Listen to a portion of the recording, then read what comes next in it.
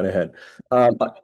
I am also the current professional development chair on our ACE board.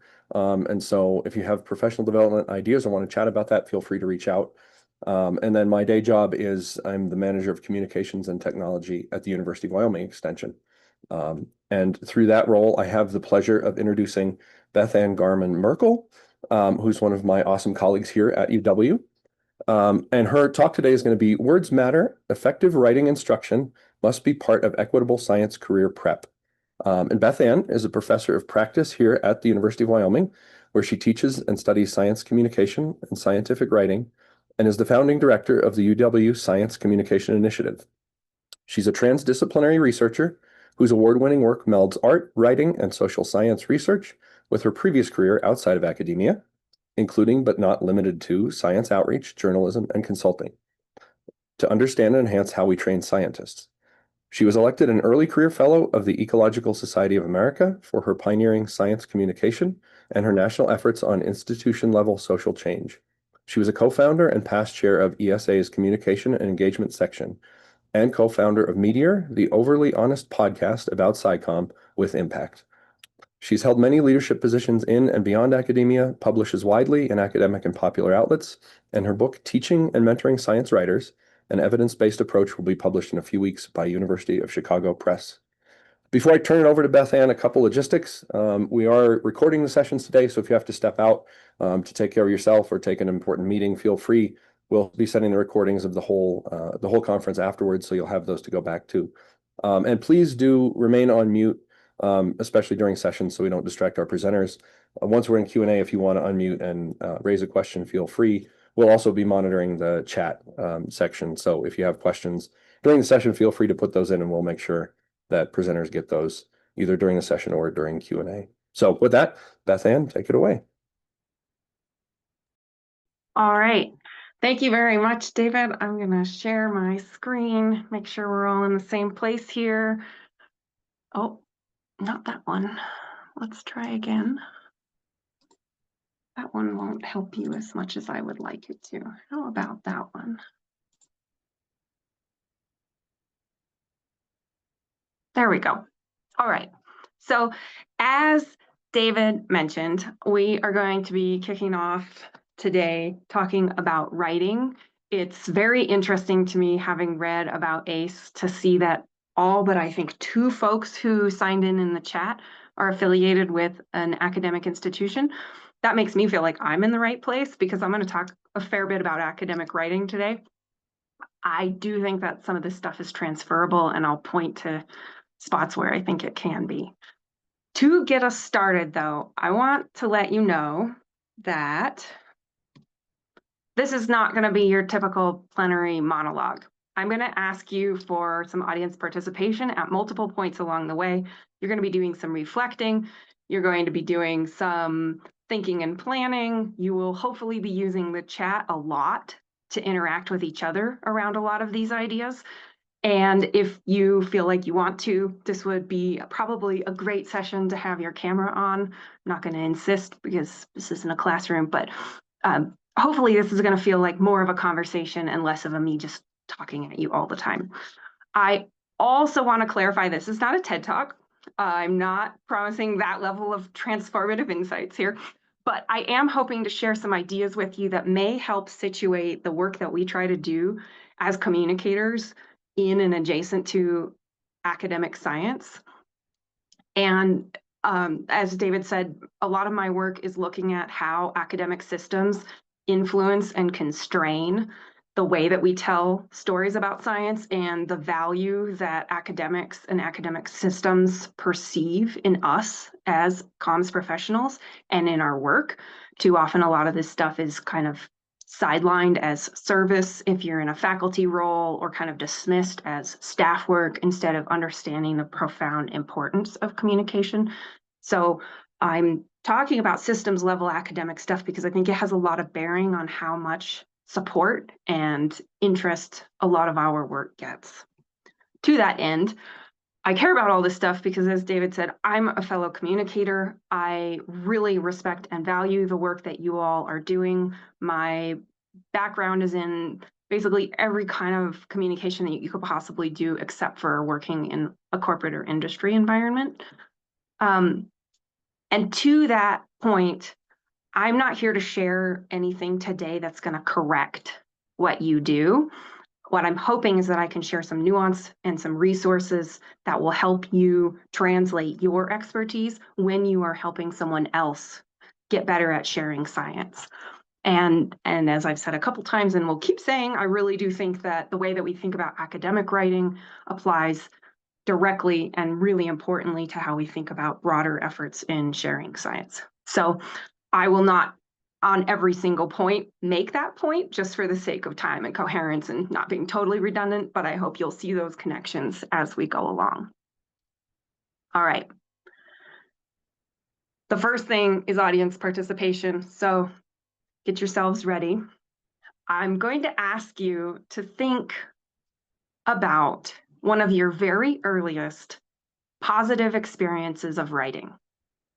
So you can think about this to yourself. You can take notes if that feels meaningful. But what you'll be doing is considering, where were you when you had this positive experience?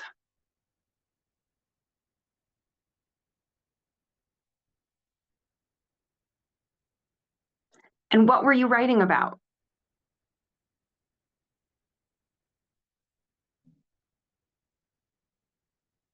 What kinds of physical materials were you using?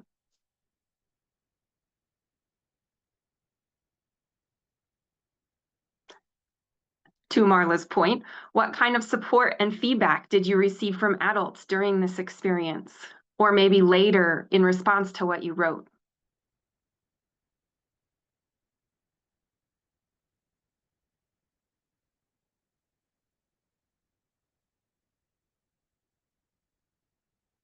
Basically, what aspects of this writing experience helped it feel positive for you? And if you're willing, go ahead and share something about that in the chat.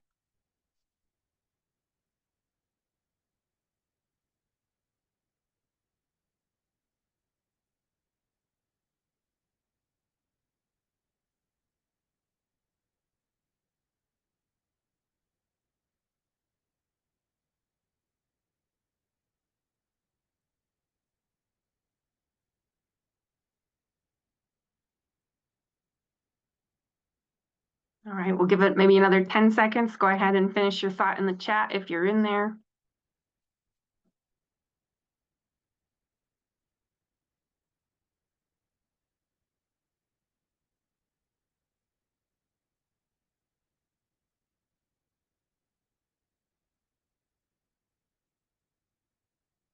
Great.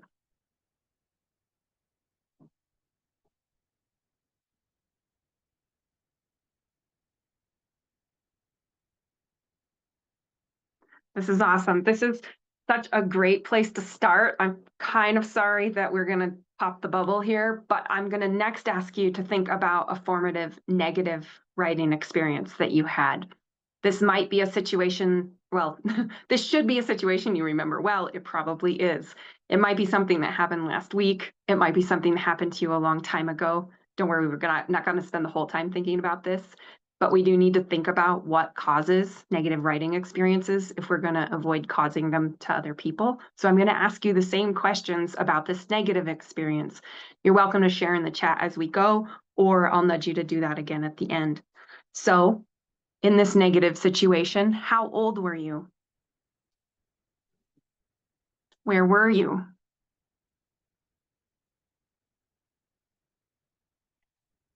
What were you writing about?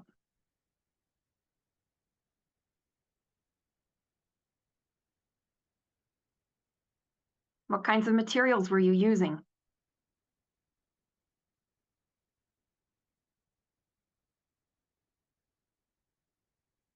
What kind of direction did you receive from adults during the experience?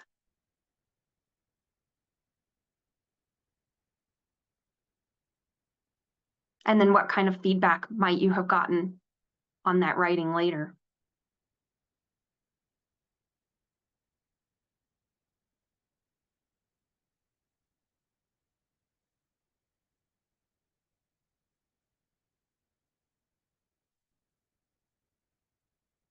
So in essence, what aspects of this writing experience caused it to feel negative for you? And go ahead and feel free to share something in the chat about this if you haven't already.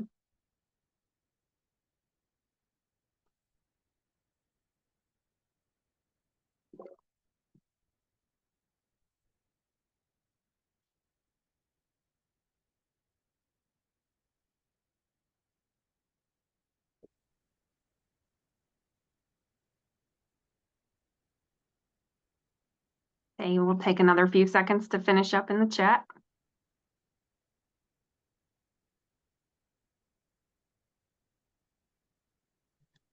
All right, now, last one.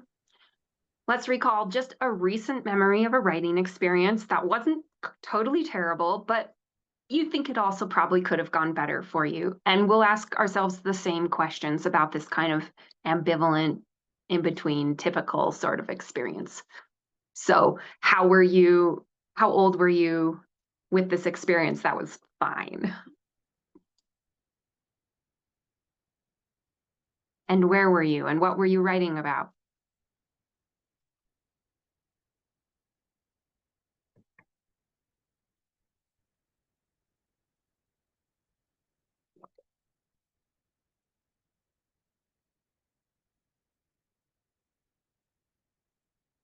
What kind of materials were you using?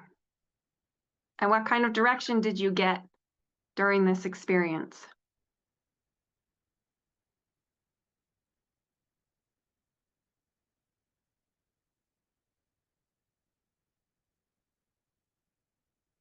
What sort of feedback did you get later about what you wrote?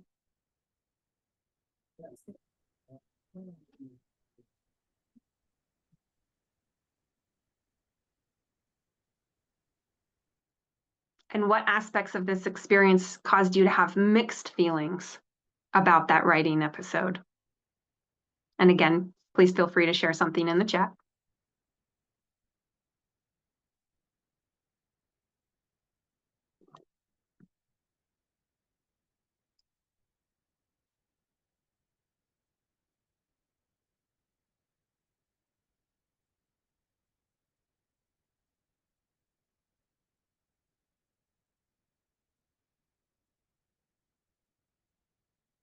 Okay, we'll take another few seconds to wrap up in the chat.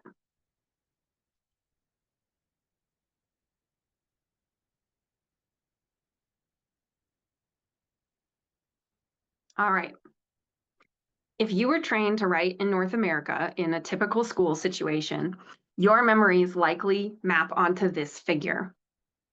So in most settings in North America, we agree that we should teach children to write by encouraging all their attempts. Like maybe we're guiding them and finessing it a little, but we're almost at the unqualified praise level. And then by middle or high school, our expectations for students shift substantially, and so does our treatment of their writing. And we start expecting like quasi-academic writing, and we're a lot more business, if you will, about the way that we give feedback. And by the time we get to a university environment, the shift is really stark. This matters a lot because this shift is also communicating to students why writing matters and who isn't good at it. And unsurprisingly, this has some pretty serious negative impacts on developing writers, especially in terms of their sense of self-efficacy and then their motivations to write. And not surprisingly, there's a parallel trajectory of feedback around visual communication and expression, which of course we know is really important in science communication and in academic communication too. So think about how excited we are when a child scribbles bison, which might be a monster or a self-portrait or who knows what, but we're like unqualified in our praise again. And then it's not very many years before that same child might be starting to get fairly negative feedback about their artwork unless they are at a professional photorealistic level with their art. What the child hears, of course, is that they are not good enough at art to continue making it. And there's a parallel message when we start critiquing people's writing that aggressively. In both cases, we are squashing people's enthusiasm and their confidence.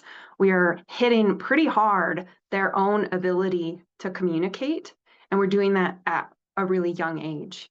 We can understand some of the ramifications of this by getting like a micro moment here of nerdery.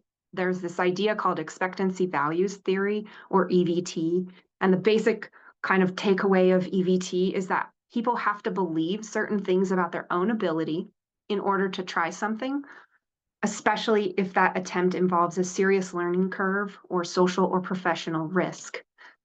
And specifically, EVT helps us understand that people have to perceive both personal value and social utility in order to be willing to try to overcome associated barriers with whatever they're attempting. And they have to believe that they're actually capable of doing that thing or learning how to do that thing. We are, of course, teaching people to do the exact opposite in terms of their expectations of their own writing. And in addition to these insights from EVT, we also know that people avoid things that cause us to feel shame. And unfortunately, a lot of students and early career professionals perceive themselves to be the only person who uniquely cannot figure out how to do academic writing correctly. Predictably, this profound misconception about them being the only failure leads to really deep personal shame. So here we are with the people who absolutely need to learn to write effectively for their careers in science, but they've been conditioned to believe that they can't. They feel such shame about that that they avoid even trying. We're in a pretty grim spot with it. And threats and deadlines and writing intensive courses and job applications and competitiveness, none of that actually compensates for someone's losing their sense of their self-efficacy and developing all this shame. And the thing for us as communicators is that we're encountering these developing or maybe contributing writers, if you're working with community members, in professional and semi-professional environments like graduate degrees or undergraduate programs. By the time we meet them, they're firmly convinced they're bad at writing. They're afraid of trying, and yet they know they have to do this to succeed, especially in school or their careers, right? So we're encountering people at a point in their writing growth where they are profoundly freaked out and despairing about writing. And even worse, this is actually all happening to these people, to us, even on purpose. So if you teach students or work with students regularly, you will be around them every semester as they complain about bland and kind of bland and robotic vibes of academic writing. And students are, as much as they dislike the vibe of academic writing, they're also super worried that they're going to fail to reproduce it. Obviously, they don't want to reproduce it. It's nothing like how they talk or think, and it doesn't usually reach the people they care about. But they know that they have to because they have to do this to get a good grade. They have to satisfy advisors. They have to get past peer reviewer gauntlets. They have to get jobs, right? So we know that students want to do both academic writing and a broader sharing of SciComm well, but they're also pretty freaked out about the fact that they have to do this type of writing that is both daunting and really not much fun. And there's a reason why they have to do it. It's a long-standing reason. So back in the mid-1700s, publish or perish expectations became common in academia, especially in Germany. Germany is where the modern research university concept was actually born. Almost 150 years after. But anyway, back in the 1700s, the goal of publishing was not actually research. It was to make an individual university, which was usually owned by its town, to make that individual university famous enough that wealthy people would send their wealthy sons to study there, with the underlying goal being, if a wealthy person is in your town studying, they will spend money in your town. So these sons were there to learn to be clergy and doctors and ministers and other elite professions. And the way that these universities could attract these wealthy students was to hire celebrity professors, basically. And at this time, celebrity professors could publish whatever they wanted. They just needed to be publishing so that the general public of the region or the country or all of Europe knew about them and wanted to send their sons to study there. So original research wasn't really an idea back then, and folks who were doing science, as we might even marginally think of it today, were actually based in independent scientific societies. Universities were predominantly career prep institutions for these elite careers. And then Immanuel Kant pops on the scene and, probably had a few conversations. But the short version of the story is that one day in the late 1700s, he insisted that universities could both train people for these elite careers and actually devote effort to creating knowledge. And in 1786, he published one of the first definitions of science as we understand it today. And bear with me, there's a reason why I'm going down this science history rabbit hole. It's driving basically everything we're up against now. So he tells us that if a doctrine is a system that is a complete understanding organized according to principles, then we call it a science. So here we are with one of the first kind of assertions of what we all would think of as science today. And interestingly enough, philology, or I'm sure they would argue with me about this, but basically linguistics, studies of languages, comparative in cultures and things like that, was the first field to really coalesce actively and publicly around this idea of systematic knowledge pursuit. And along with that, we see them starting to require students to submit written assignments.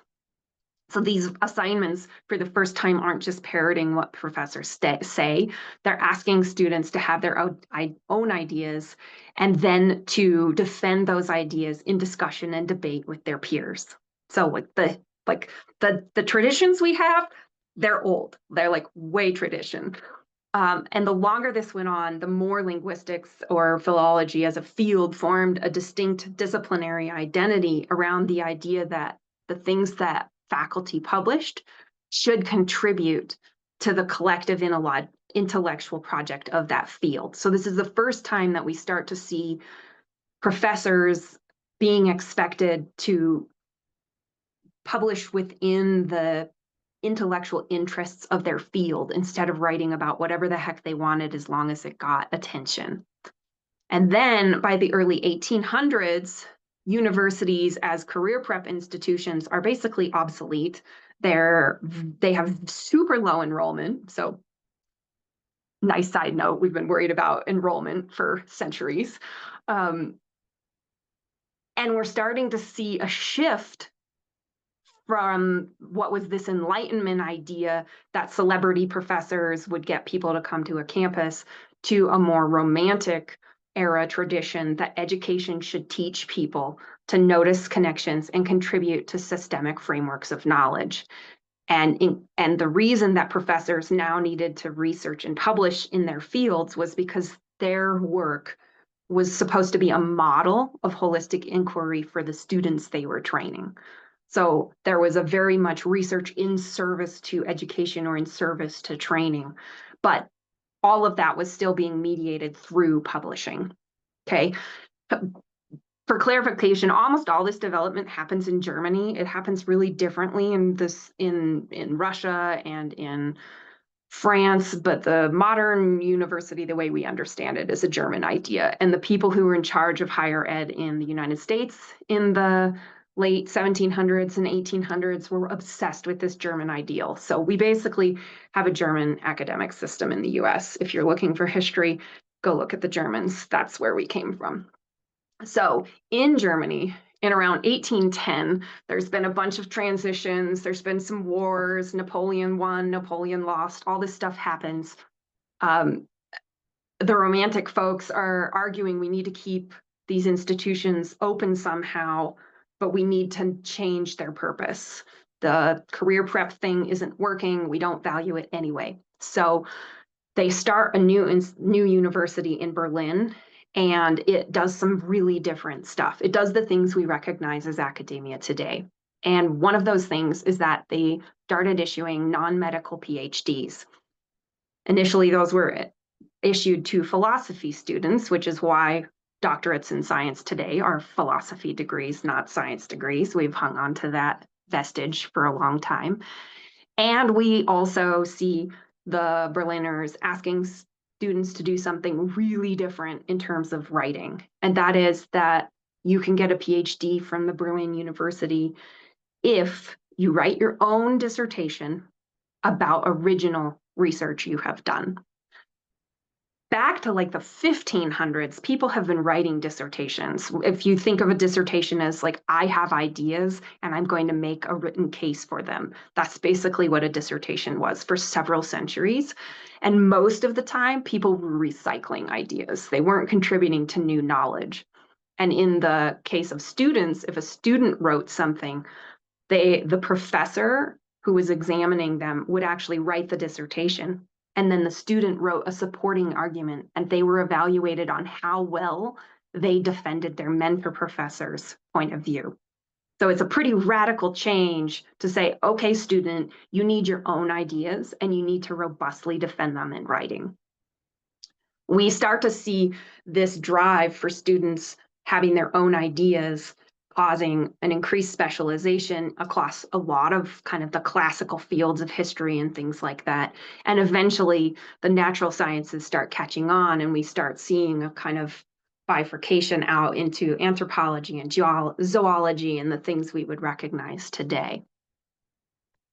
Okay, so basically, we have a convergence of prestige, recruiting wealthy students and famous intellectuals. We have this publish or perish paradigm that's been around since at least the 1700s. And we have a fairly new embrace of inquiry for its own sake. So the claims that universal knowledge were important and should be pursued as an ideal in the academy sound great. And we're still making those claims. But the important thing to know is that that was a goal intended for an elite few. The overly formal and ostensibly objective tone of scientific writing was deliberately established through these dissertations and this whole publish or perish era to demonstrate that the people doing this work were innately qualified to do it.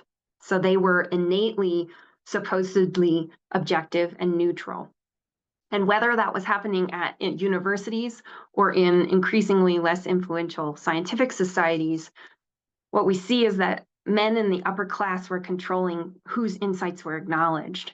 So just for an example, most scientific societies didn't allow women even in the room, let alone to present their own ideas until well into the 1900s. And that was problematic because there were a lot of women, including Mary Anning and all her work on fossils, and Beatrix Potter, who was a mycologist, a mushroom researcher, not just a children's book illustrator. Like, these women weren't allowed in the room, and men usually took credit for their work. And that's a very simple example of what was going on there.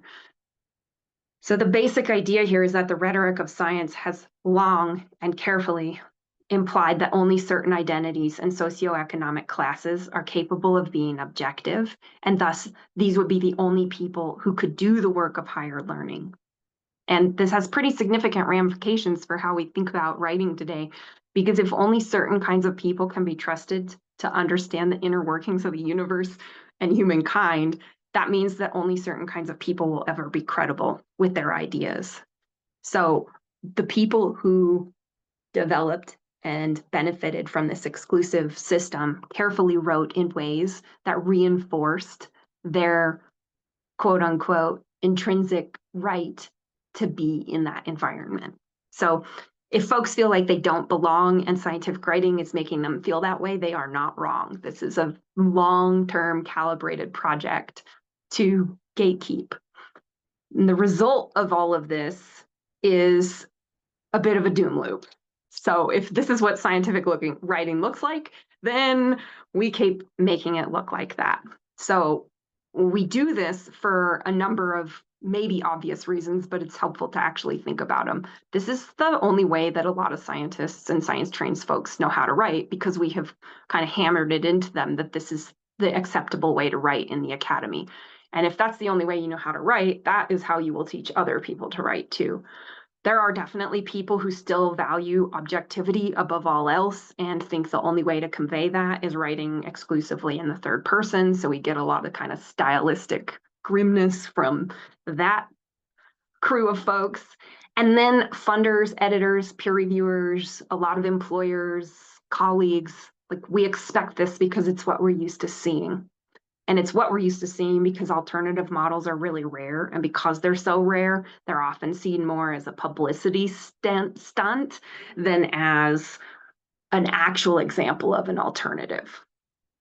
And then we have a problem on the writer side of all of this, which is that academic writing is a super obvious genre. It's not an easy genre, but it's a very obvious genre. It is visibly different from how we speak, how we communicate with each other through texts and even emails.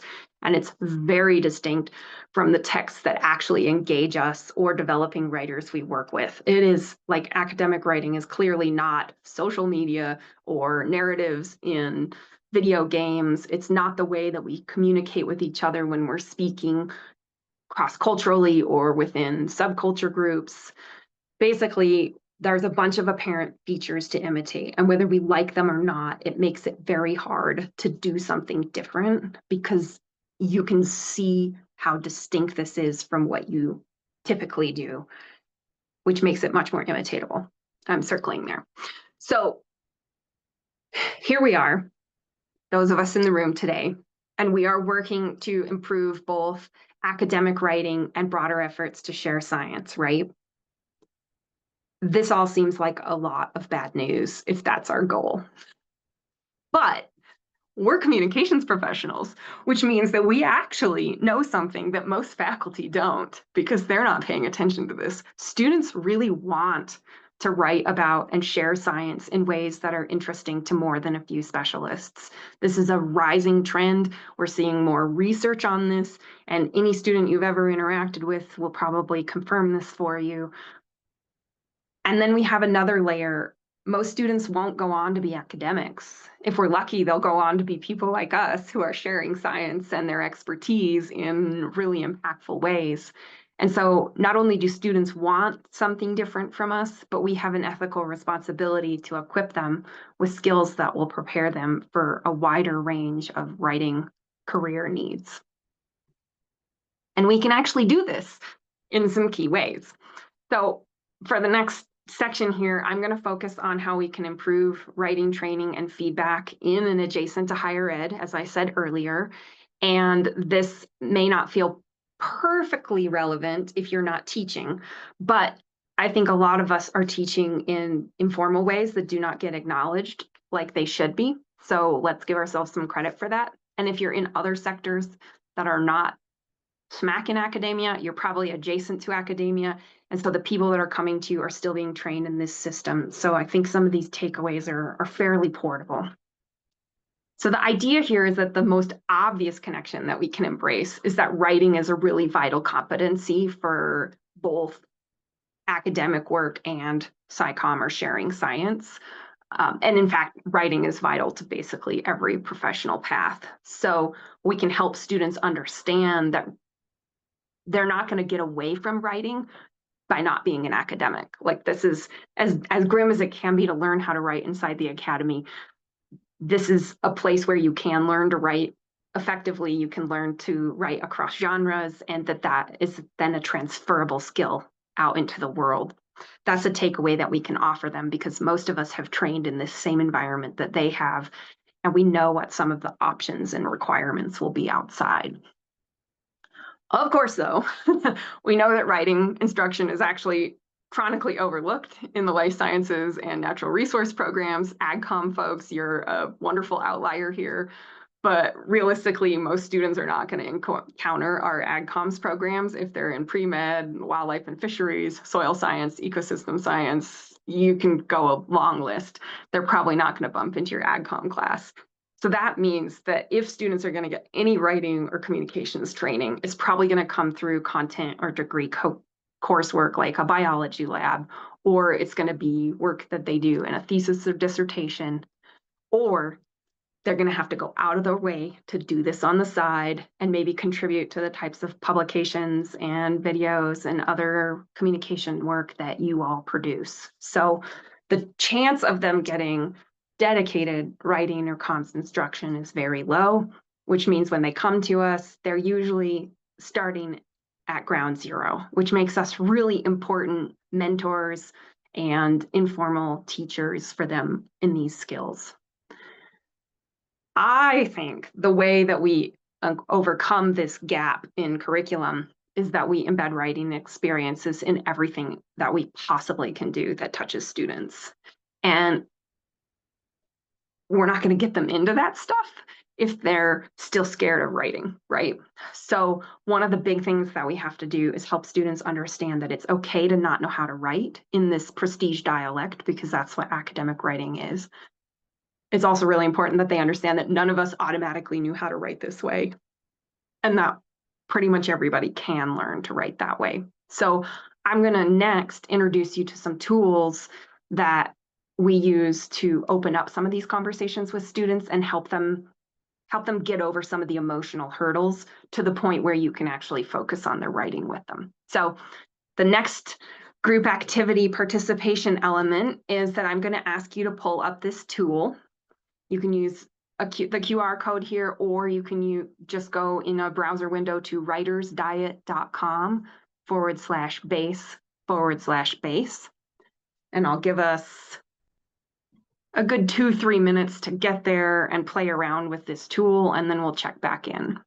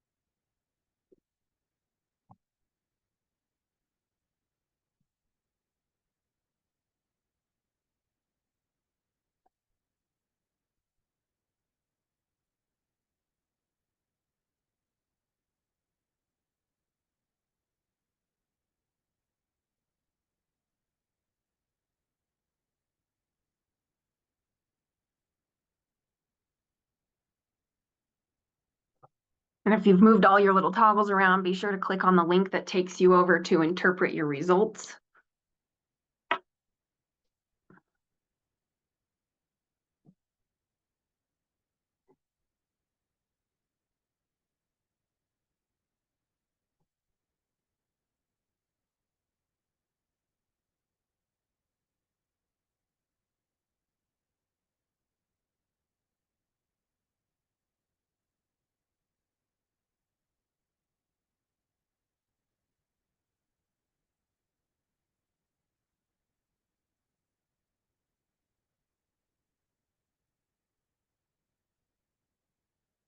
All right.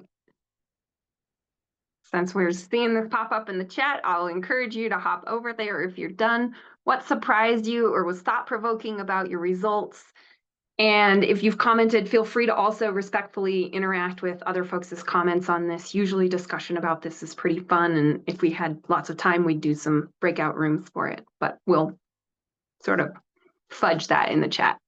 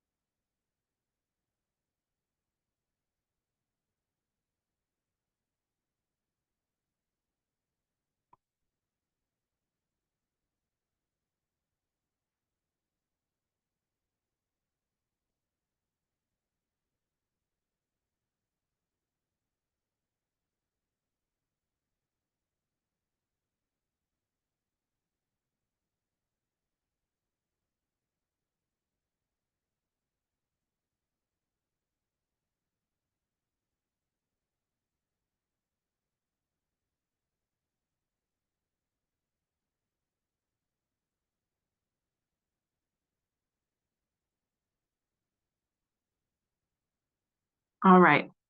Let's take another minute if you have something you want to share in the chat about this, and then we will keep going.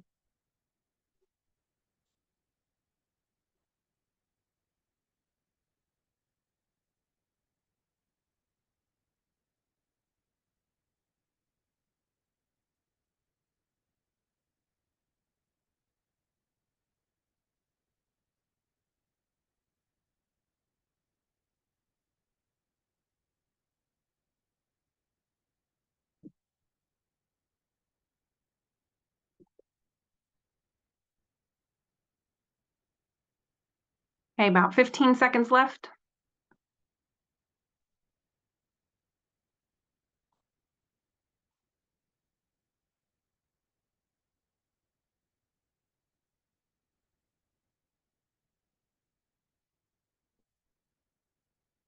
All right. So the reason I'm introducing this SPACE tool to you is partially because I think it's kind of a cool self-reflection tool for us, but also because it's the first activity that we assign in a writing mindset kind of boot camp course that I've run for the past 5 years with a collaborator here at UW. His name's Rick Fisher. So in this program, we're coaching graduate students across campus to develop healthier mindsets and behaviors and connections to each other and resources to support their writing.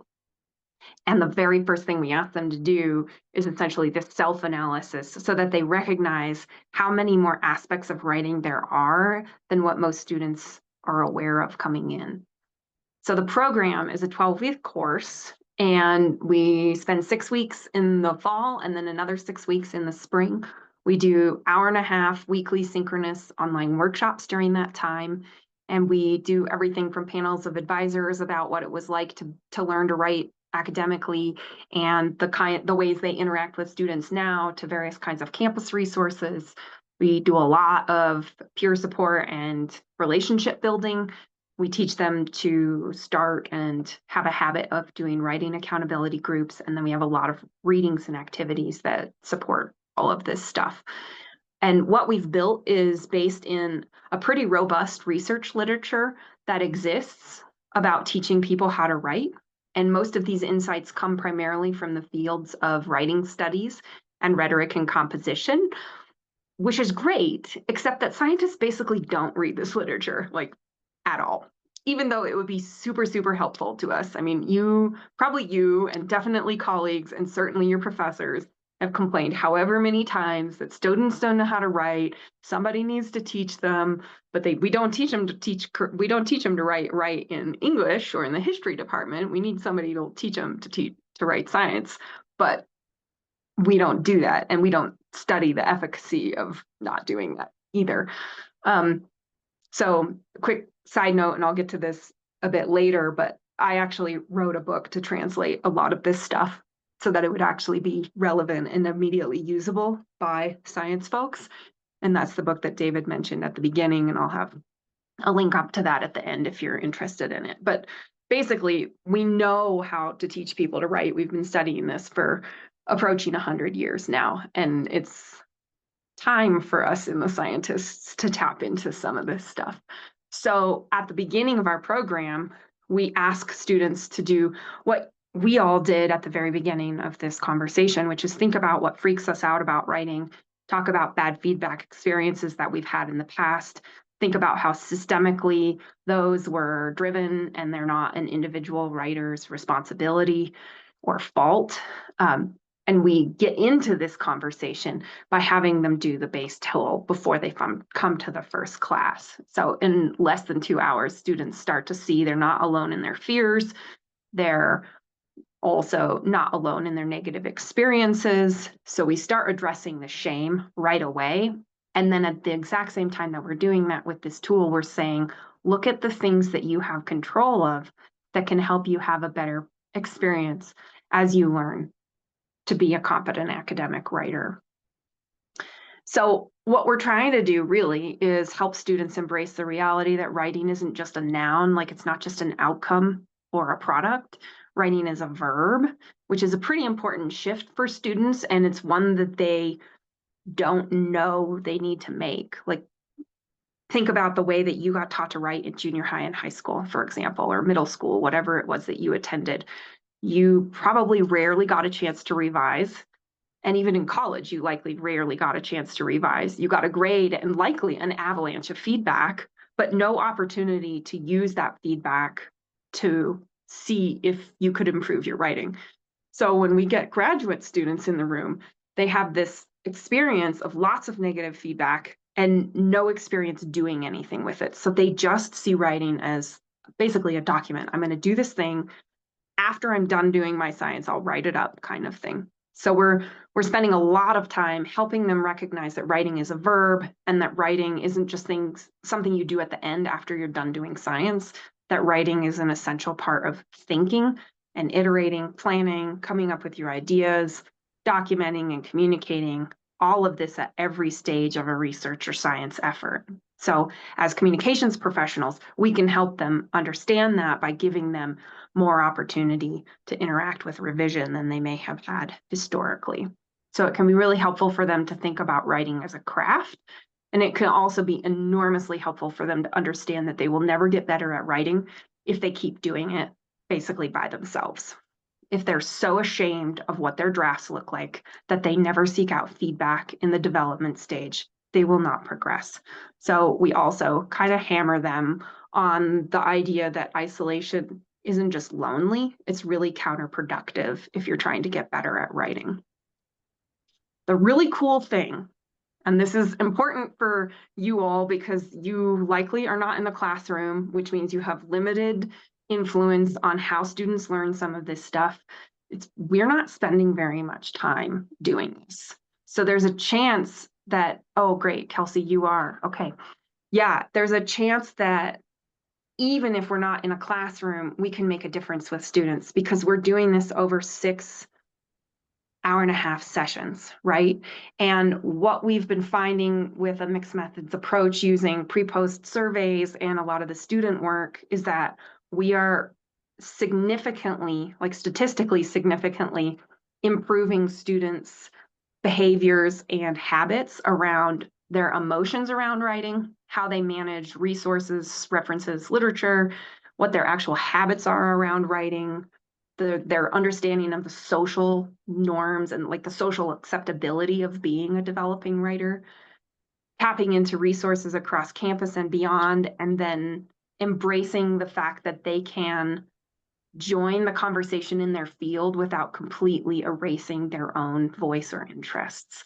And I said this is a 12-week program, but the really cool thing is that we're seeing these results after only the first 6 weeks, only the fall semester chunk. So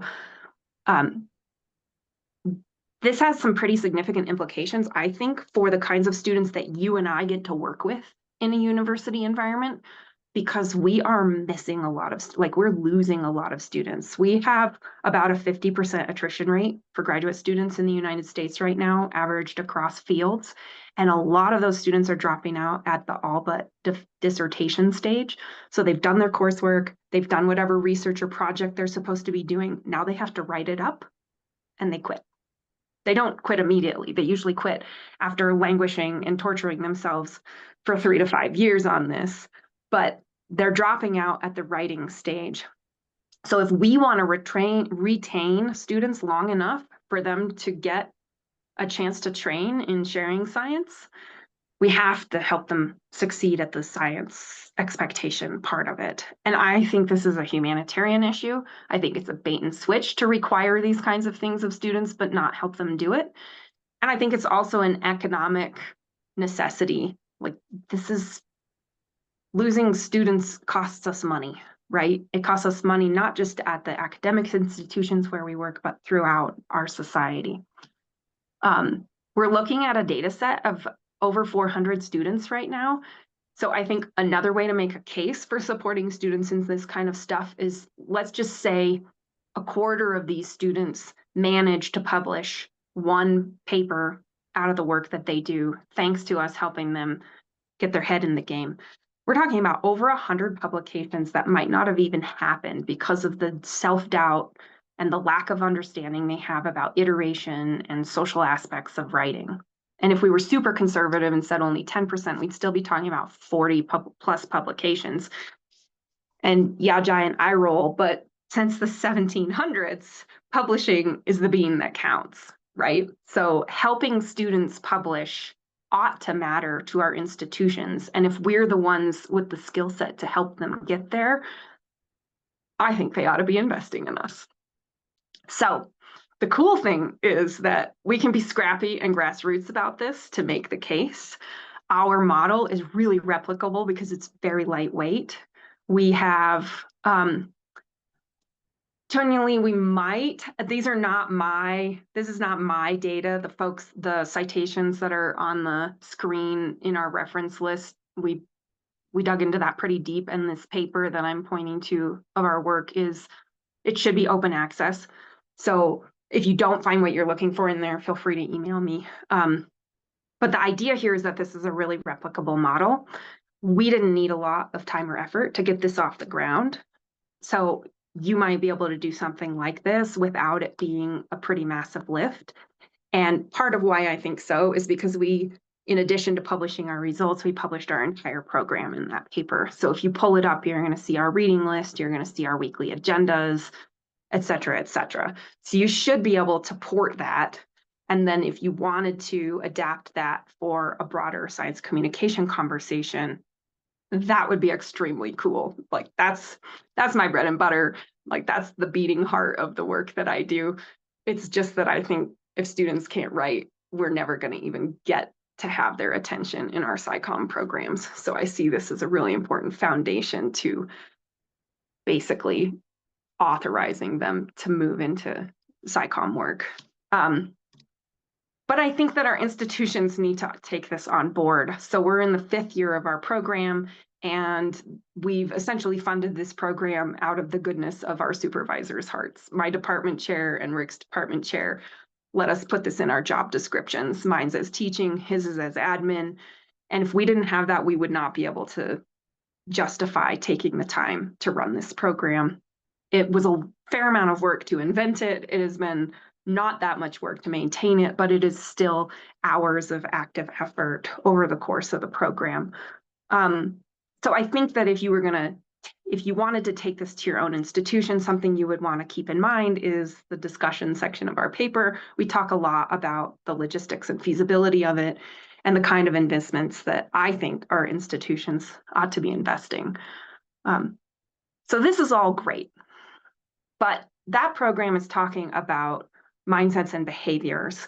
And an earlier version of this talk, before I got given a giant chunk of your time, was supposed to be about feedback. And since I promised David that, we're going to do it. And I do think it all goes together, right? So like once you've got a student on board and they understand you're not going to like cut their throat with your red pen, you can get into a productive feedback relationship with a student or a developing writer. And that's what I focused on in my book. So let's go look at some of the goodies from there. And to do that, I'm going to ask you to play around in the chat for a few slides. The first thing I'm going to ask you is to pick one or maybe two of the folks on this list and throw it in the chat to tell us either what kind of writer you are often providing feedback to, and or what kind of writer you find it hardest to provide feedback to. And for the sake of the recording or anybody who is slightly tuned out, I will read these to you. If you don't need to hear it, feel free to think in your head. So are you providing undergrad or grad student feedback, or is that what you find hardest? Are you mentoring postdocs or other early career academic style mentees? Do you have non-academic mentees that you're giving feedback to? Are you supervising and therefore giving feedback to employees or maybe junior colleagues? Maybe you're working with a community member or some other kind of contributor. Those are kind of sticky situations because they are often not looking for feedback, but you have a publishing standard to adhere to. So which of these do you work with the most, and or which do you find most challenging? If you've got to fill in the blank, feel free to do that. I'm going to go look at the chat, see what you're saying.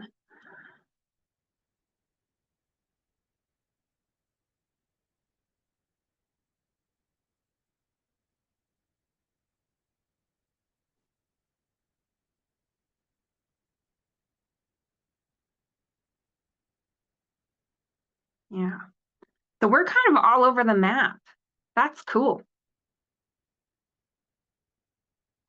Okay, so then I'm going to ask you to jump in the chat and tell us what feels hard to you about giving writing feedback to this group. Like I noticed some of you said colleagues are really hard to give feedback to. Reasons for that might be very different from supporting undergrad writers.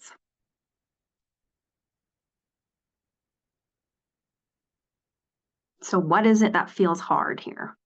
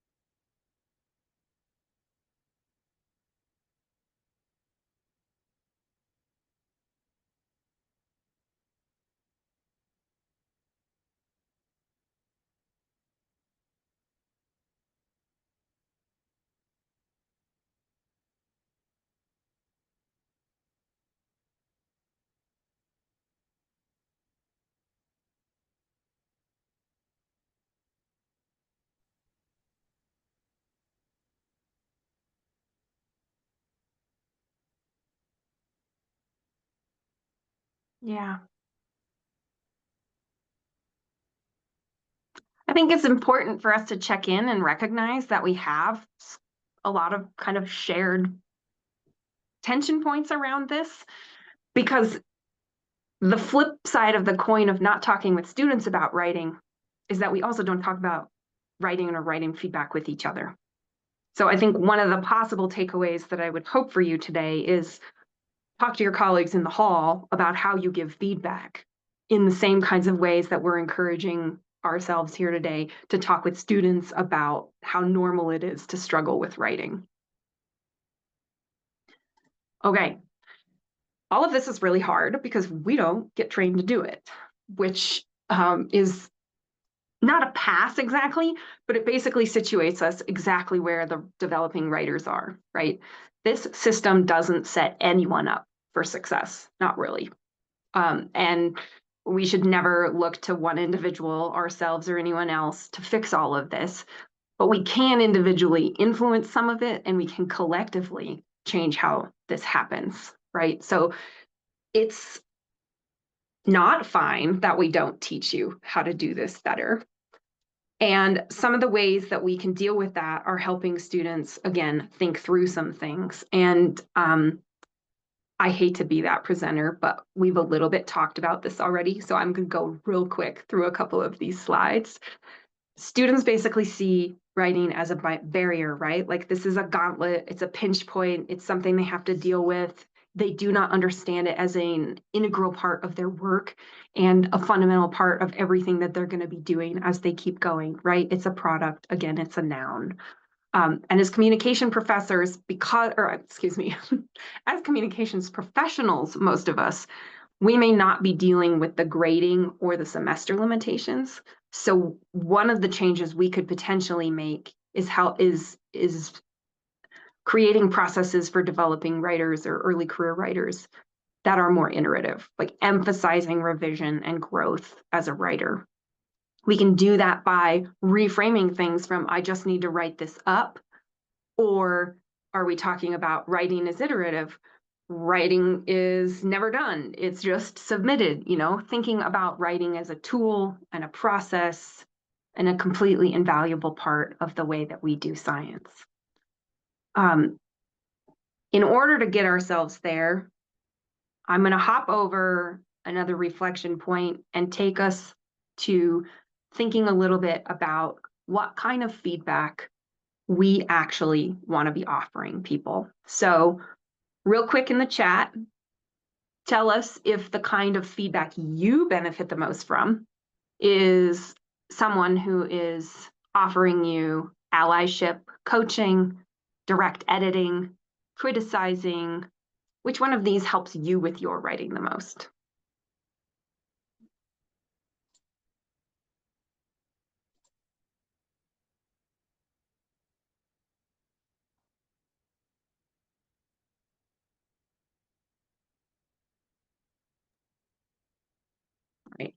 I'm actually seeing a lot of editor here, and this makes sense for the level of skills that you all have. But if we think about the folks that we're trying to help, what kind of mentor are you trying to actually be to them, knowing that they may not have the same writing skill set that you have? So are you trying to be an ally? Are you trying to be an editor? You might be in a situation where you're required to be an editor, right? That may even be your job title. But the way that you work with people can be different from the kinds of writing feedback that you prefer. And just being aware of that distinction can be really helpful as you approach people and their writing. And I also want to flag for you that certain kinds of roles are more fix-it roles, right? We have a product, we have a publishing deadline. This needs to be up to publishing standard. We may not have time for iterative writing and a whole bunch of learning here. Or we're going to build a program so that once every semester or once every year, we have a cohort of student writers who've gotten their skills up to our publishing standard. You might be in the verb zone there. Okay. I'm going to skip this part just to say that it can be really worth thinking about what time span you have available to you to support a developing writer, and being very clear with them about that. What kind of skill development do you expect over what kinds of timeframes? And then similarly, how do you actually communicate that to them? Are you writing certain kinds of policies that clarify beginning writers in our unit are usually at this level? By the end of their first year, we expect them to be capable of this level of writing independence, etc. Thinking through how you actually convey this to a developing writer or an early career employee can go a long way to normalizing. You're in a growth stage. We're going to help you, but we do expect you to grow. And that can, again, kind of alleviate a lot of angst around performance and capacity. Okay. To get us there, we can do some really nitty-gritty stuff. So our last bit here is going to focus on like very practical applied stuff. If you actually have a piece of writing you need to comment on or edit right now, feel free to pull that up, or you can just play along with me and do this with more time when you revisit the recording. So this is an efficient and effective feedback process. And this is, I don't have my citations on these slides, but this is all in our book, and there's 1,000 pages of references in there.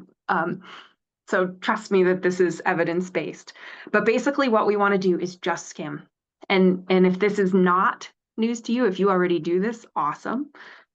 But usually we get stuck within the first few lines with line editing. And often that is pretty inefficient for some reasons I'll show you in just a second. But really what we want to do is look at super high level issues. Do they have topic sentences? Are the topic sentences functional? Is information organized in a viable way? What's the flow of everything? Are there repeat issues around syntax, grammar, or punctuation? Are the ideas consistent throughout? Is the content accurate? Is it missing? Things like that. Looking at these things enables us to do something really important, which is actually diagnose the developmental stage of the piece of writing. Most of our conversation today, we've been talking about the development of the writer, but we also need to have viable documents with words in them. So at some point we have to focus on those documents, and it's really important to distinguish between the writer and the document. It's not you did this, it's this draft is doing this. This draft is going, this alignment of content may be difficult to follow for a reader who isn't familiar with your topic. That is very different from saying you wrote a disorganized draft, right?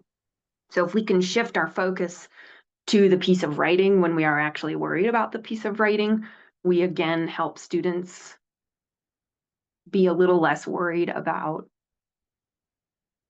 their identity failure as a writer. Okay, so we want to think about things like, is this a conceptual draft? Are we just trying to figure out what we're going to talk about and why that might be the thing we're going to talk about? Are we maybe starting to think about what sorts of material or shaping might go into it?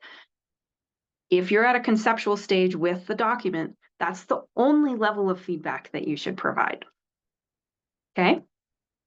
And bear with me, I'll convince you, I hope. If you're at a presentation stage, you might be outlining, you might be really articulating your rationale, your background, what kind of context different types of readers might need, or you might even be moving into expanding that outline into draft text. Again, if the document is at a presentation stage, that's the only type of feedback that you should be offering.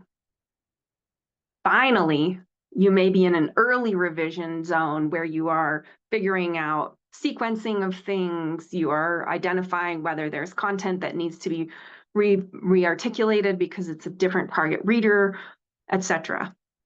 And really, you should only line edit it at the very last stage for two reasons. First, if we line edit for writers or drafts who are at the conceptual and presentation stage, they will only focus on our line edits, and we will get back quote unquote cleaned up sentences where they accepted our track changes, but the document is still totally unviable. It's much easier to correct the visible errors than it is to work on the underpinning of a coherent structure. So if you are dealing with something at a conceptual or presentation stage and you offer line edits, you should not be surprised if the only corrections that come back are your line edits.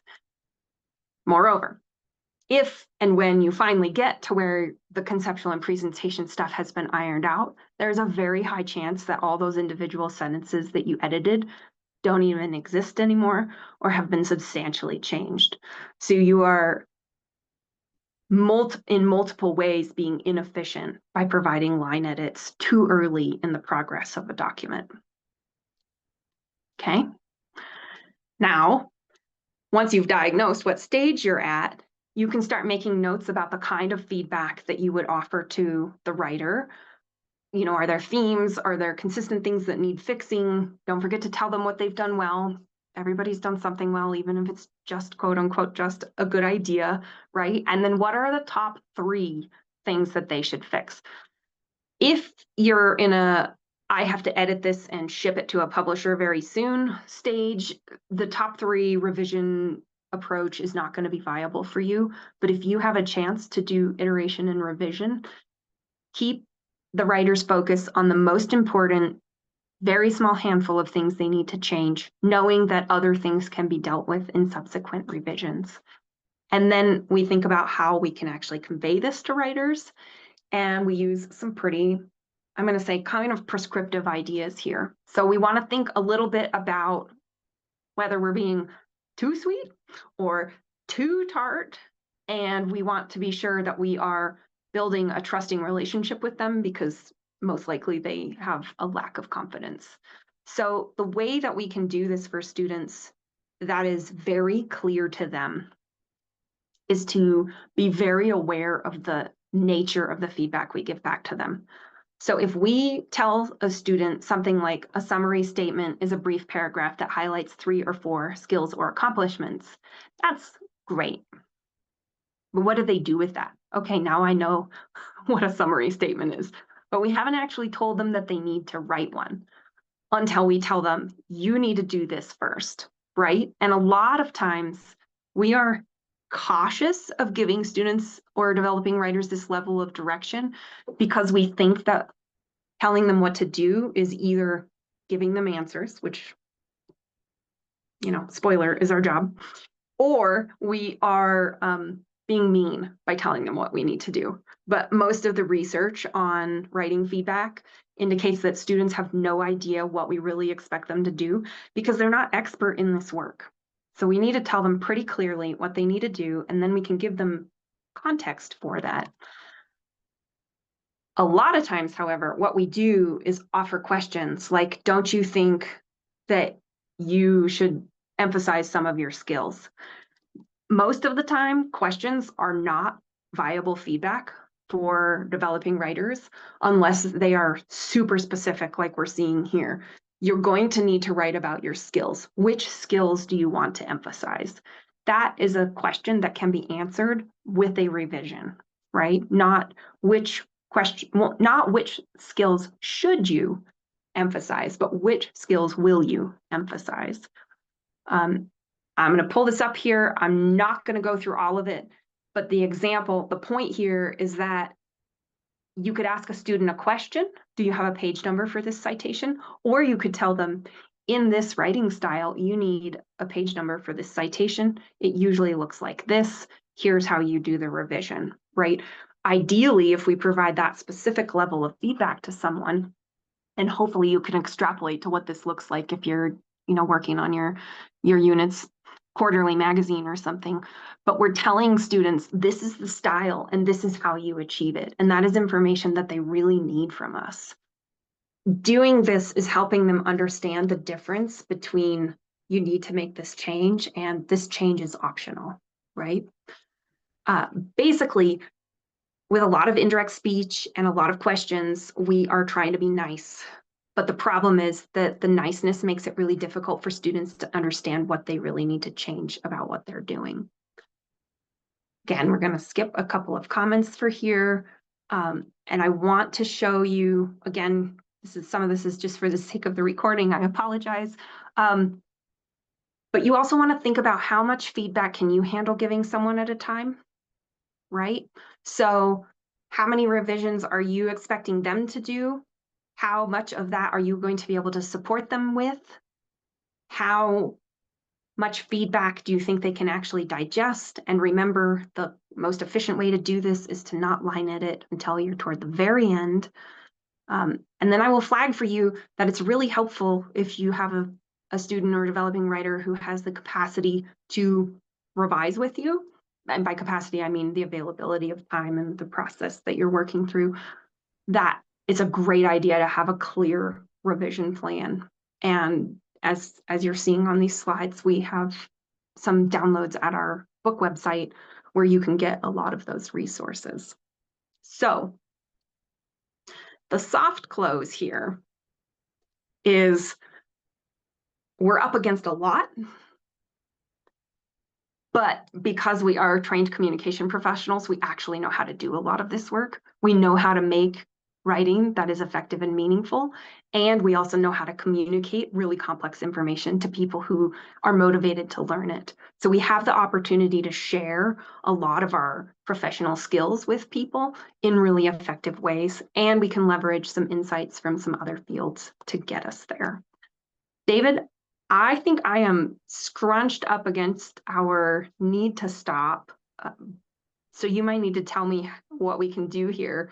Yeah. But I'm available to hang out if people want to, or you can shut me off. Thanks, Beth Ann. Yeah, please join me in thanking Beth Ann for her great presentation. She's certainly given us a lot to think about.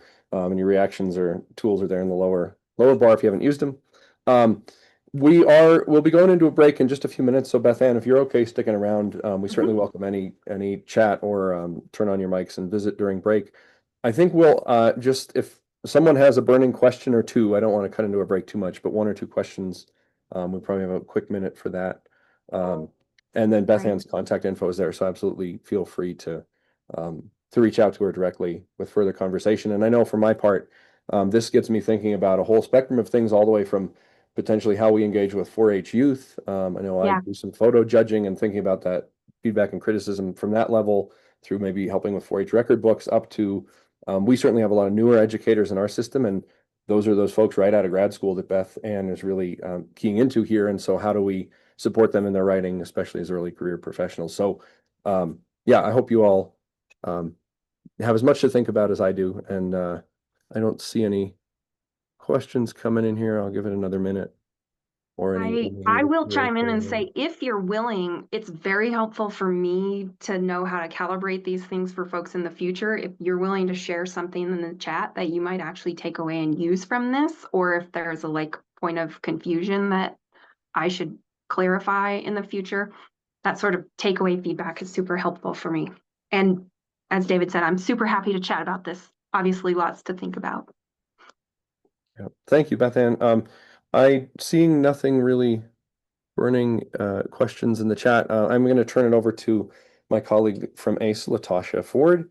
She's our ACE president-elect, and she's a research communications manager at Fort Valley State University in the College of Agriculture. family sciences, and technology. And she's got a couple things to share leading us into the break. Go ahead, Latasha. Awesome. Thank you so much, David. I appreciate that. And wonderful job, Beth Ann. So we're going to jump into a break, as David said. We kind of want to do a couple of little fun polls just to kind of get some engagement going on. And I know Beth Ann has done a great job with that with her presentation, but you're welcome to step away, take a restroom break, do whatever you need to. But if you will feel free to engage with us for a few minutes, that would be awesome as well. So I'm going to share my screen. I did put in the chat the link to that URL. And I will share now. Now activate it. Okay. Can y'all see my screen okay? Alrighty. So for the first question, we would like to know, how are you feeling today? And all you have to do on your end, you can, and I did put in the chat a link, but you're also welcome to scan if you have your mobile phone. You can scan the QR code up in the right corner as well, and it'll take you right to this activity. But just how are you feeling today? I'm seeing a lot of the green, so that's good. Hopefully see more of that. Hope you're feeling good, that you're enjoying the virtual conference so far, and that you're having a good day. Oh, some falling in the middle. I hope that your day does get better. Awesome, awesome. Loving all the smiley faces. And again, if you're having kind of a rough day, I do hope that your day gets better. I know here in Georgia, at Fort Valley State, right now it's kind of, it's cold. It's a little chilly, but it's warming up a little later. What word best describes your personality? I know a lot of you through ACE, you're super energetic, friendly, kind, just a lot of positive attributes. I know that I've been able to be a member of ACE for, I don't know, I've been at Fort Valley now about 8 years. Yeah, 8 years. So I think I've been a member of ACE 7 years. So I've met so many of you, have been able to collaborate, and just a great bunch of people. Unbothered. All right, then. Curious, quirky, helpful. Yes, I've met a lot of people who have been really helpful throughout my career. Oh, scary. All right. Wonder who put scary. What do you mean by scary?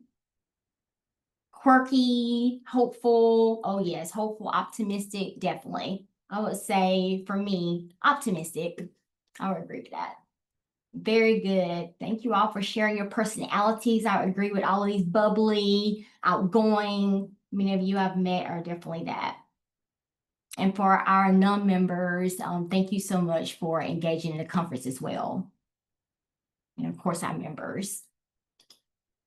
All right. Using 2 words, what makes ACE the place for you? As our president, Stacey Stearns, mentioned earlier, we have about 400 or so members of ACE, and all different personalities, great work ethic. We collaborate a lot to make ACE the best place for our members to come in. That's in academia as well as within the communications field. And we're continuing to try to grow as an organization. But what makes ACE the place for you? And for those who are non-members, what would you want ACE to be for you? Networking, growth, community, professional, definitely community. I feel we are a family-oriented community group. Outside of ACE, I've been able, within ACE, I've built so many relationships. I know many of you can relate. And so outside of ACE, I've been able to continue those relationships, which is so important in our organization. Someone's so sweet, Latasha. You're so kind. I would say back at you. All right, and last but not least, I'm loving the answers you're all giving, because we want to make sure that we are providing that growth, community, professionalism, those connections and networking in ACE. So glad to see those answers that ACE is providing that for you. We want to continue that. And inviting, I love that, inviting. We want to be welcoming. And your last poll question, what do you value most in joining an organization like ACE? And I know it relates a little bit to the other I asked, but kind of digging a little deeper here, especially for those who are non-members, what would also for you and any other organization that you're a member of, what is it that you value even if you're not an ACE member? And for those who are ACE members, what do you value? resources, community again. I'm loving the community. Professional development and networking, yes. The collaboration. Networking. And we do get that a lot from our ACE members. We hear those connections, that networking, that's very important in the professional development, growth, of course. We definitely want you to come into ACE and grow as a member, to not just be a member, but to be an active member. So thank you all so much for being a part of ACE and for you making it the place that it is. Because ACE wouldn't be what it was without you all. So thank you for being who you are, and for those who are attending the virtual conference who are non-members, we hope that you will be interested in becoming a member, and so you can share your expertise as well as grow within this community. And that's all I have, David. Thank you all for engaging in this poll and this break. And you all can go about, I think we got a couple of more minutes. We'll get started back up at 2:35 Eastern time. Is that correct, David? All right. So Yep, that's right. if you need to step away at this moment, please do so. And thank you again for engaging in the poll, and thank you for being here.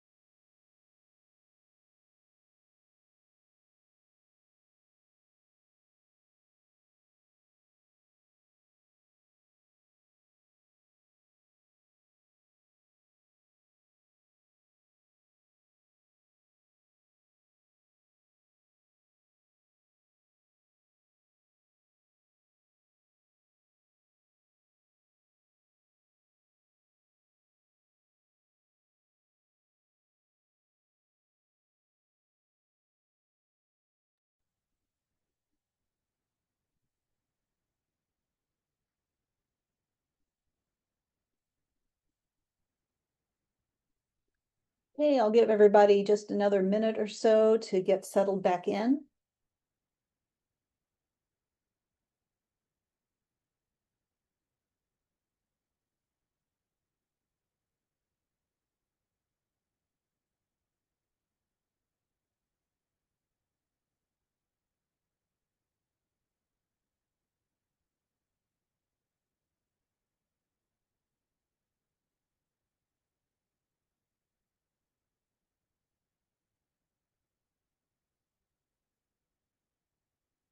So I'd like to introduce Whitney Baxter. She is the Assistant Director of Communications at Iowa State University, College of Agriculture and Life Sciences. And she recently was given a grant or won a grant to do some pretty interesting opportunities for ACE members and others, and I will let her explain those. Whitney? Thanks, Julie. How's everyone doing today? Hopefully your day is going well and we got good weather everywhere. It's nice fall weather here in Iowa. So as Julie said, I'm the I'm not quite at that level, Assistant Director of Communications for Iowa State University's College of Agriculture and Life Sciences. I'm also leading the writing group, which is a subgroup of the media relations and writing learning community. So I was fortunate, very fortunate to ACE for selecting this virtual science writing workshop that will be held at the end of January. We're working on picking out a time. We're looking at either Monday, January 26th or Wednesday, January 28th. It'll be at 2 p.m. Eastern, 1 p.m. Central, noon Mountain Time, 11 Pacific Time, and 10 o'clock Alaska time. So I had to write that down because it's very hard to remember. So we will have Taylor Sklenar, who's a science communication lecturer here at Iowa State in the Department of English. His work is at the intersection of writing, theater, and science communication. He teaches a communicating science and public engagement class for undergraduate students here. And that class emphasizes creative strategies like storytelling for discussing science with a broad range of audiences. And so it really plays into this science writing workshop that we're having now, so we can continue on the learning here in a couple months. Taylor also leads various science communication and creative writing workshops. He's done a science communication and public engagement workshop in the past that's been geared at scientists or researchers, but he's willing to kind of do some reformatting and reconfiguring to make it relevant to our group as professional science writing communicators. During the workshop, we'll have participants explore how to frame messaging so it resonates with target audiences and engage in interactive exercises to strengthen our listening and storytelling skills. So I think that's especially relevant given all the research funding challenges our institutions are facing and how we're putting more of an effort into lifting up the different science and research going on at our institutions. So that's what I have to share. Watch for more information coming out as we get that date in particular solidified. But this workshop will be open to all ACE members, not just people in the media relations and writing learning community. We wanted to really open it up to everyone who's available to attend. And I believe Taylor was okay with recording it. I can't remember, so don't quote me on that. But if we're able to record it, I think that'd be great for folks that aren't able to attend. So if anyone has any questions, I'm happy to try to answer them. Otherwise, be on the lookout for communications about that upcoming workshop.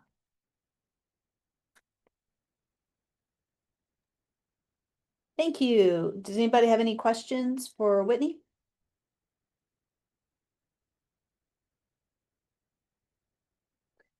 Okay, then I guess we will just segue into the next presentation.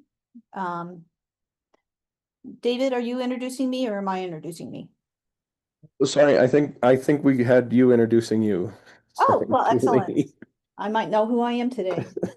So my name is Julie Stricker. I am the writer, editor, and PIO for the Cooperative Extension Service at the University of Alaska Fairbanks. Actually, It's the Institute of Agriculture, Natural Resources and Extension at UAF, although the bulk of my work lately has been with the cooperative extension. I am a semi-retired journalist. I was a journalist for 35 years, and I am also a not so closeted history nerd. And so I'm trying to keep this short, but I can bore you guys all day long with history.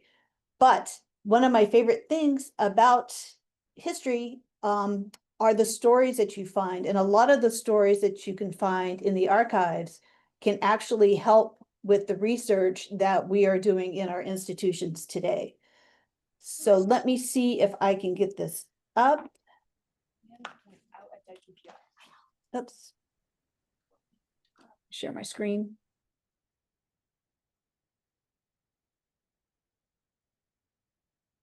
You're all seeing this?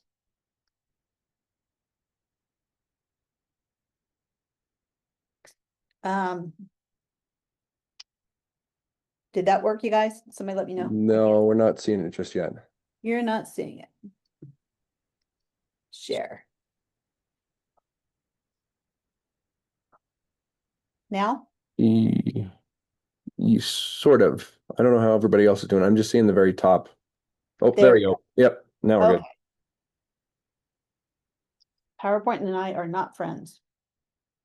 So finding the answers in the archives.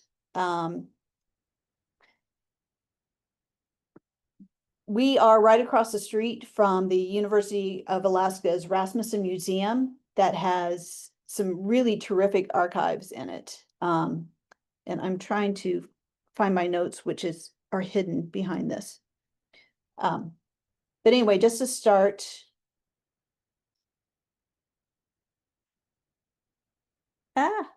Somewhere there's a timer on here that I was not expecting.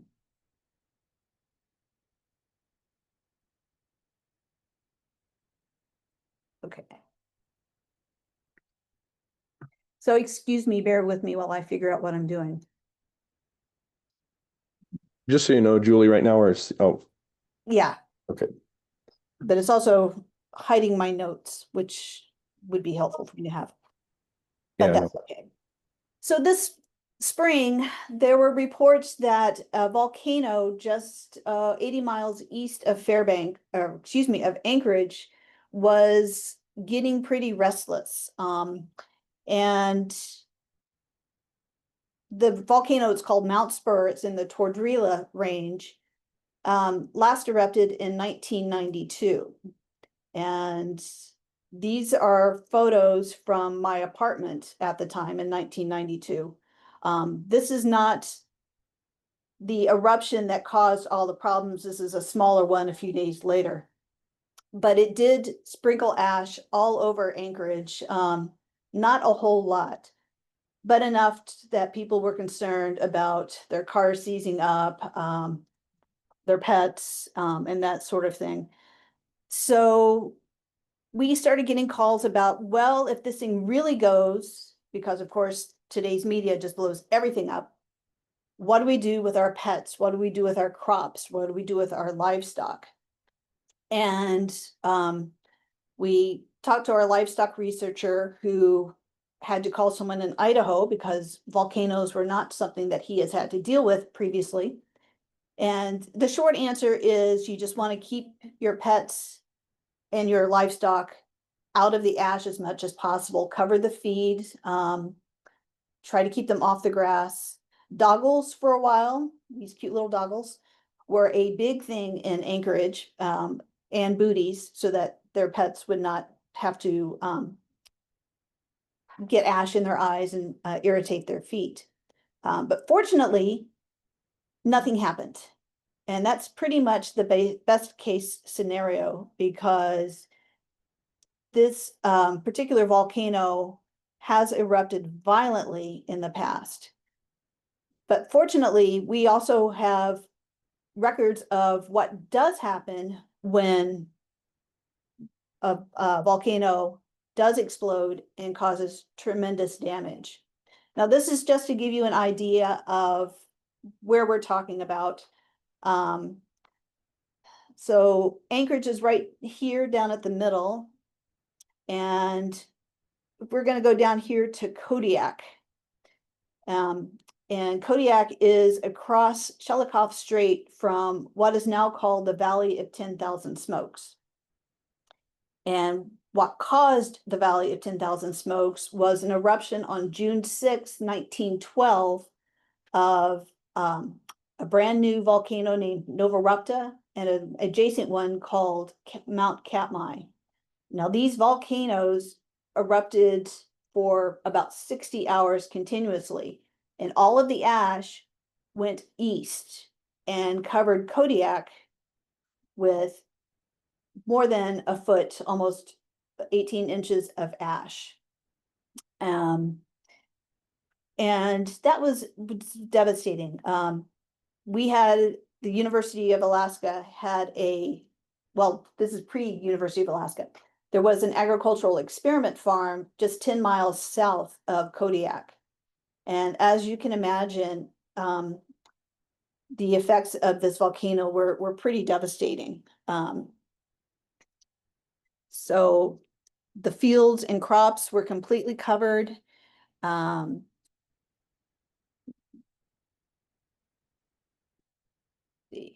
Oops. All the water was poisoned. People's houses collapsed, and the livestock died by the thousands, or there wasn't that much livestock, but animals died by the thousands. They couldn't breathe, they couldn't eat, they had no water to drink. It was devastating. And come on. This is the experiment farm at Calson Bay. And this was taken in 1915, so 3 years later. And it's hard to tell if this is at the end of the winter, but the chances are these piles are a mix of snow and ash or just ash. And this is what the farm looked like either before or a few years after the eruption. Now, Kodiak was one of 7 experiment farms in Alaska. The first was started in 1898. And this one, there are only 2 left. And this one closed in 1933. But short term, after the volcano showed that the ash was actually beneficial in the long run because Kodiak soil has almost no nutrients. And so the soil actually helped with growing things, but it also showed just when you can't run, especially back then, there was no warning system. So for a farmer today, especially in the Matanuska Valley and on the Kenai Peninsula, which are 2 of the biggest agricultural areas in Alaska, an eruption of this sort would be devastating. And it was interesting reading in these reports. Of course, one of the nice things about working for a government agency or working with the federal government is that they like reports. They love to hear from their people. And some of these are in the archives. And so, for instance, the one on the left here is from 1902, which was before the Fairbanks farm was established. So Kodiak and Sitka and Rampart, which is on the Yukon River, were all experiment farms at the time.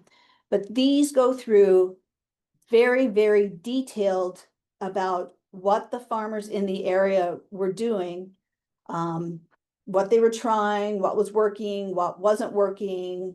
There was a great paragraph about someone complaining about a silo built out of logs was not actually very beneficial because it got wet, all the peas rotted, and all of the rodents were very, very happy with them. But for the Kodiak station in 1912, there was nothing. It wiped everything out. And today we have other publications that are more recent, that in 1974, our Agroborealis, which is a magazine that is created here at the Extension Office. Actually, it's the research arm for decades, and COVID put an end to that. But it's interesting to see in 1974 what they thought about the experiment stations in Alaska, because what they saw as important and what we're seeing as important are similar in some ways, but very, very different at the time. Right now, Alaska imports 95% of its food. We are at the end of a very, very long, lean supply chain. And COVID-19 really brought that to the forefront because there was nothing on the shelves in the stores for months, and not just toilet paper. We were missing just, random things. There's no vanilla once, there's no sugar sometimes, there was, whatever. In 1974, I think we imported maybe, I think we supplied about 20% of our own food, and that has just gone down in the years since. We used to have dairies all across Alaska, and there are lots and lots of photos of dairies delivering milk when it's 40 below in Fairbanks, delivering milk by boat in Southeast Alaska, and they're all gone now. But it is a really interesting look at what agriculture looked like back in the day. Which leads us into a problem that we brought on ourselves, and is probably one of the most common calls we get every single summer in the Extension Office. And that is about bird vetch, or Viva crachia. This is a true photo. So bird vetch was first planted in Rampart, which is north of Fairbanks on the Yukon River, as to see if it, like other vetches, would be a good soil fixing crop and a good forage crop. Apparently the cows didn't like it, but they tried it again in Palmer and Fairbanks just to see how it worked out. And even as late as 1980, they're still evaluating how bird vetch compared with other forage crops. Today, it is probably one of our top invasive species in the state, especially around the farms in Fairbanks and Palmer, and on the roadsides around. It has spread. I spend my entire summer pulling it to try to keep it from coming up my driveway. It's in gardens, it's in lawns, it's in empty fields. It smothers everything, and especially likes disturbed soil. So we used to see beautiful flowers along the roadsides every year, and they have now been wiped out by bird vetch and another invasive called white clover, which was also imported to use as a ground cover. So people complain to us that you caused this problem. Well, in 1909, we did not realize this was a problem. And even as late as 1980, it's been acknowledged that yes, it's spreading, but only in the last 10 years or so has it become such a problem. And the same goes for chokecherry trees. They have been used for decades as a decorative tree. They're pretty, they smell nice, they spread like crazy, and they can poison moose. And you don't want a dead moose in your backyard. So, we can kind of cover ourselves saying, well, in 1909, we didn't know this was a problem. Why is it a problem now? Probably because of climate change.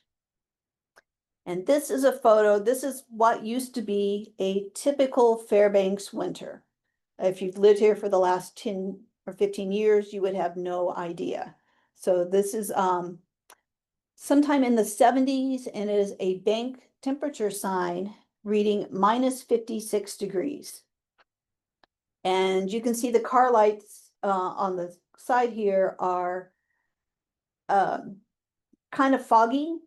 This isn't your typical fog. This is called ice fog.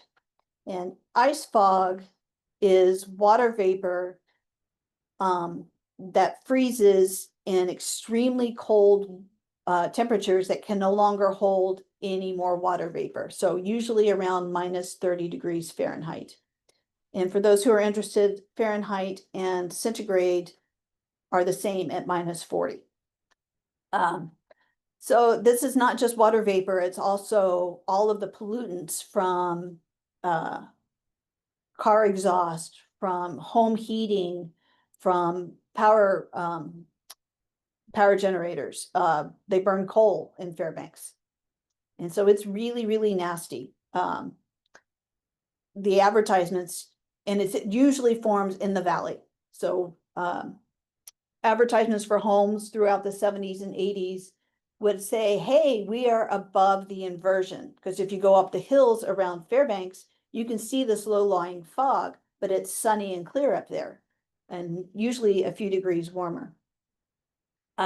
We've only seen this twice, maybe, in the last 10 years. And ice fog used to persist for weeks in Fairbanks. So our climate is changing. And one of the reasons we know this is because of weather stations like this one. This is at the Matanuska Experiment Farm and Extension Center in Palmer, which is 38 miles northeast of Anchorage. It is one of the most productive agricultural areas in Alaska. Livestock, lots of potatoes, giant cabbages. If you ever hear of the giant vegetables in Alaska, this is where they come from. And it has been gathering weather data since 1917 or 1916, every day. This is the University of Alaska Fairbanks Experiment Farm, and which is where I'm based. I'm just about a mile to the east of this farm. And this weather station has been collecting data since 1911. And that data tells a story.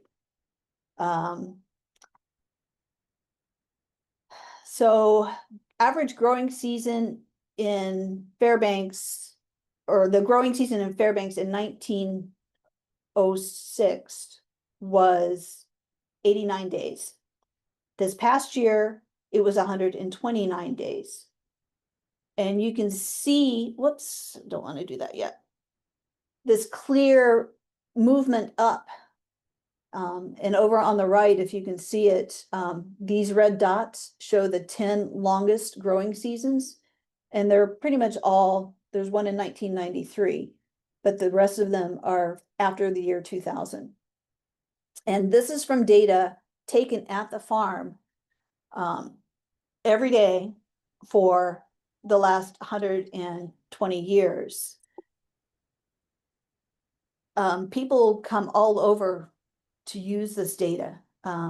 It shows not only the clear trends of the general temperature, it also shows correlations with other phenological data that we get. And it shows some of the oddities. This is from 1934. This is data taken at the Fairbanks station. And if you remember, 1933 and 1934 were particularly bad years. It was the height of the Dust Bowl season. And even in Fairbanks, there's some weird stuff going on because these are the two shortest growing seasons in recorded history. 1933 was 39 days and 1934 was only 40 days. There were freezes in July of both years.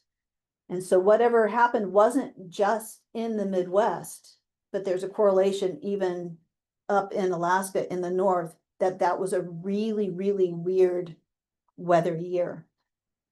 And some other data that we keep, a big deal in Fairbanks is green up.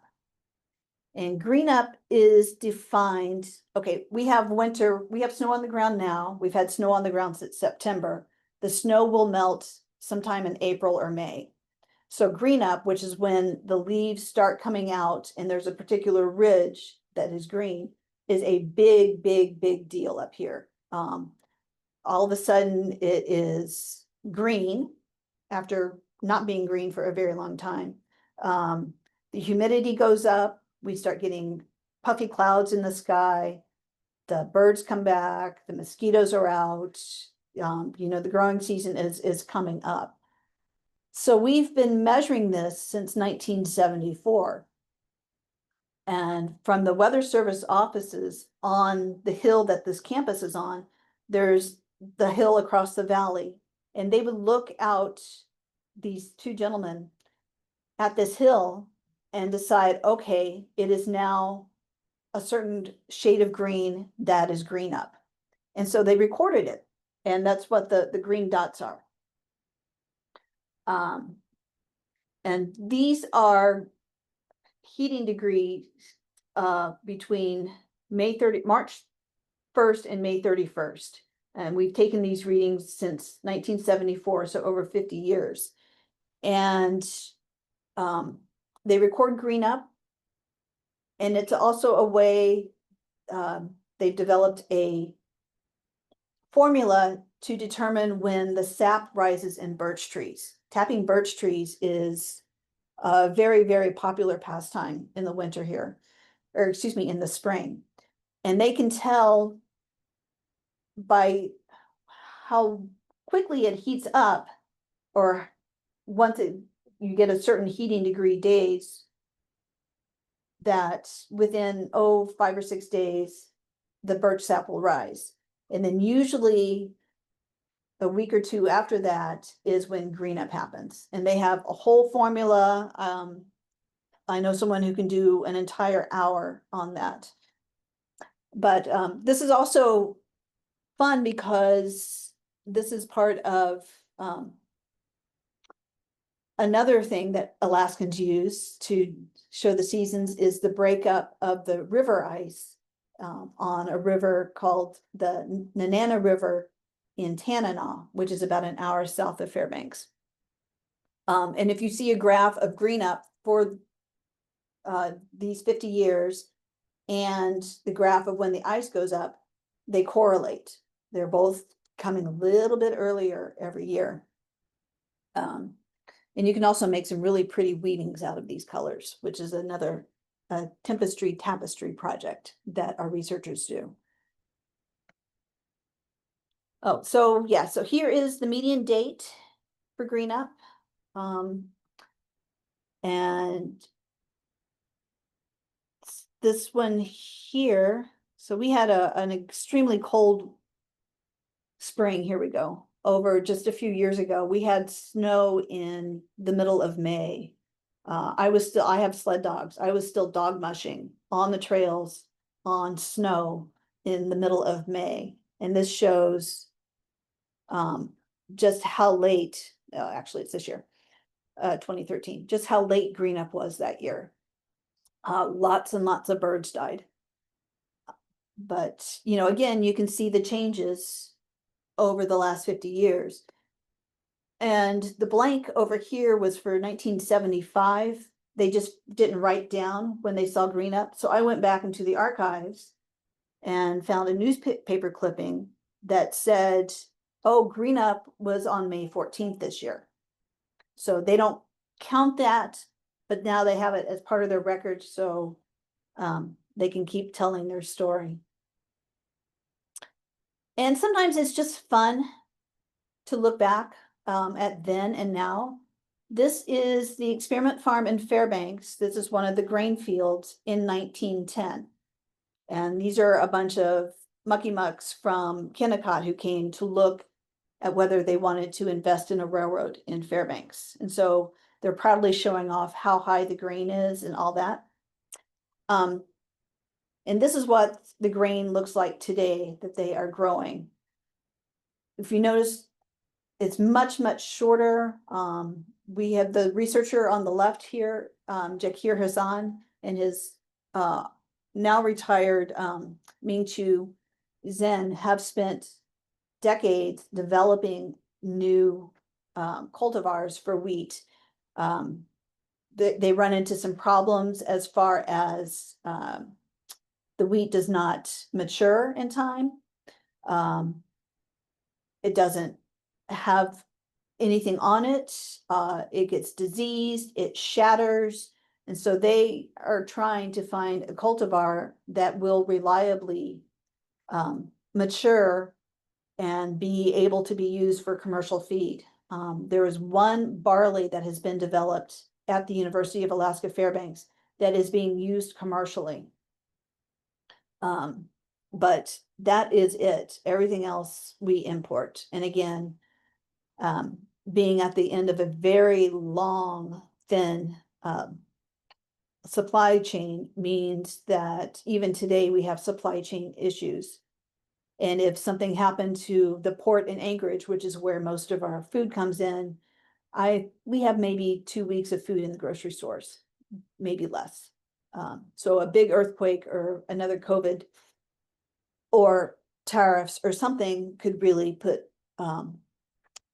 make it difficult up here. And as part of that, one of the other fun things about going back into the archives is looking at what the farmers were growing over the last several decades. And they were pretty good about, okay, I'm planting this variety of potatoes, and this is the size of my field, and I fertilized it with silage and with seaweed or something else, later on chemicals. And one guy said he had a big, beautiful potatoes, but they were all hollow inside. And somebody else mentioned that the entire turnip crop was wiped out by root maggots. And we're still fighting root maggots today, and we're still fighting scab and other things that are affecting our crops up here. But another thing that we're doing is figuring out which, for gardeners even, and for commercial growers, varieties of carrots, of corn, and whatever do well up here. Strawberries are difficult.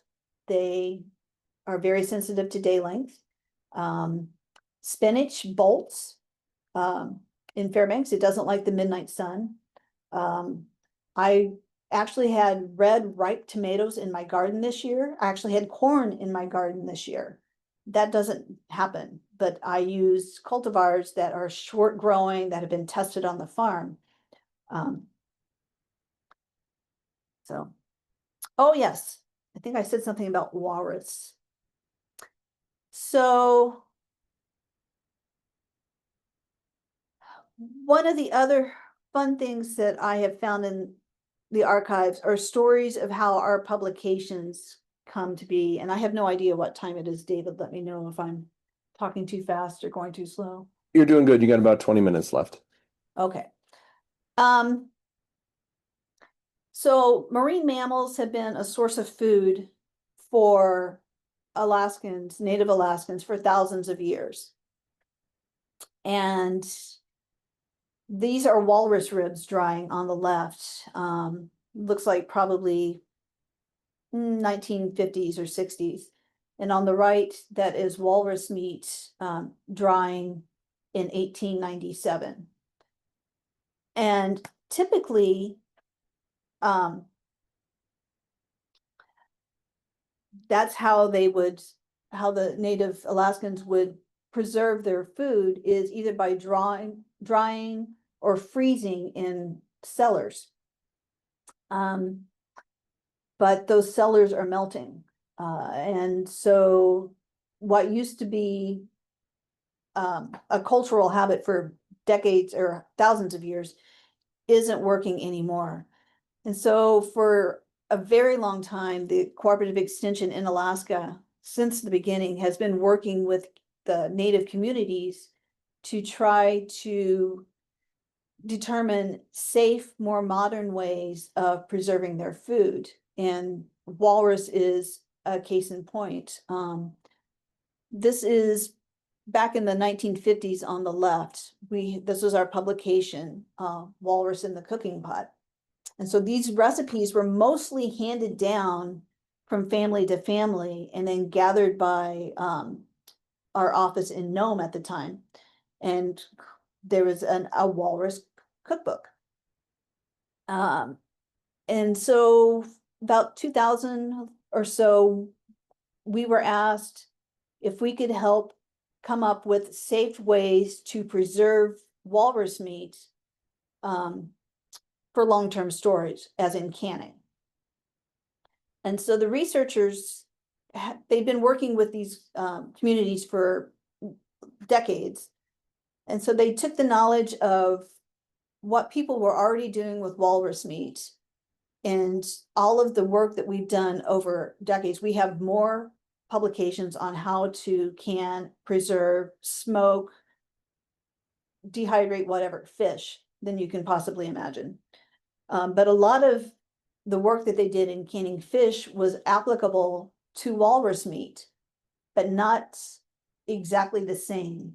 So for a couple of weeks, at least, extension professionals went to Kodiak and worked with people in Kodiak to determine safe canning methods. And these are just some of the brines that they were using to test the meat with. And this is our publication, which is Canning Walrus in Pint Jars. And it's one of our most unusual ones. When we have it out at fairs or whatever, people always stop and say, really? And it's a thing, it's popular, it is well used. I have not tasted it. I have no plans to taste it.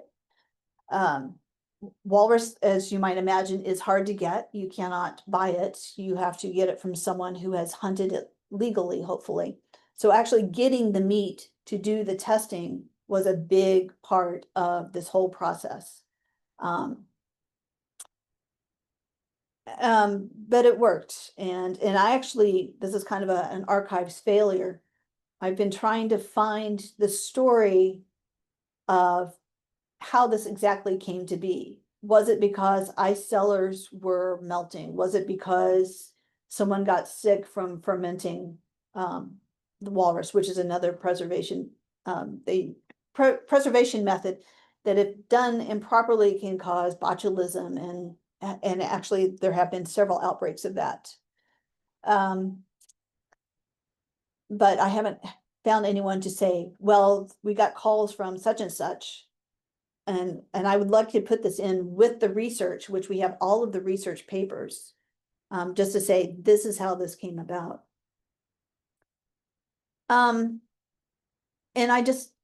I like this. This is a salmon label, and there's nothing like messing up your marketing. I think it's like, what's in this can? I don't know. Is it salmon? Or is it walrus salmon? Or is it walrus? Or, who knows? It's got salt in it. But a burning question is, how many pint jars does it take to can a walrus? And some very helpful person on Reddit decided to figure it out. Say that your average walrus has between 308 and 1,018 pounds of edible meat on it. And it's a pretty good variety. The publication recommends putting between a pound and a pound and a half of meat in each jar. So yes, it would take between 308 and 1,018 pint jars to can the walrus that you caught on your fishing boat. Just in case anyone else wanted to know that.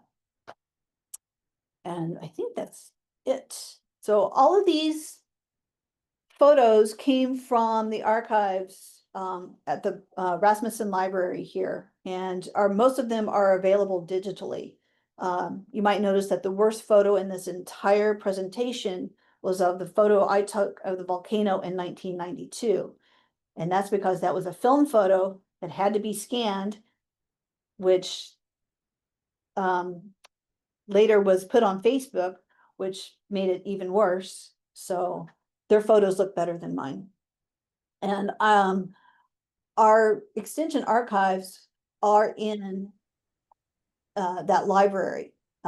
They are not cataloged, and that's something I'd really like to be able to find a grant for, to catalog this information.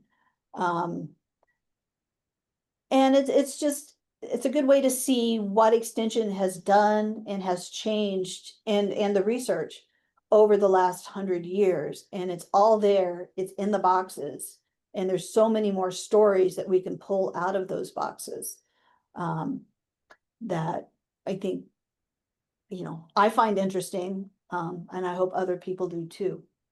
So, questions? Please help me thank Julie for her presentation. And we will open the floor. We have plenty of time for questions if people have them. As you're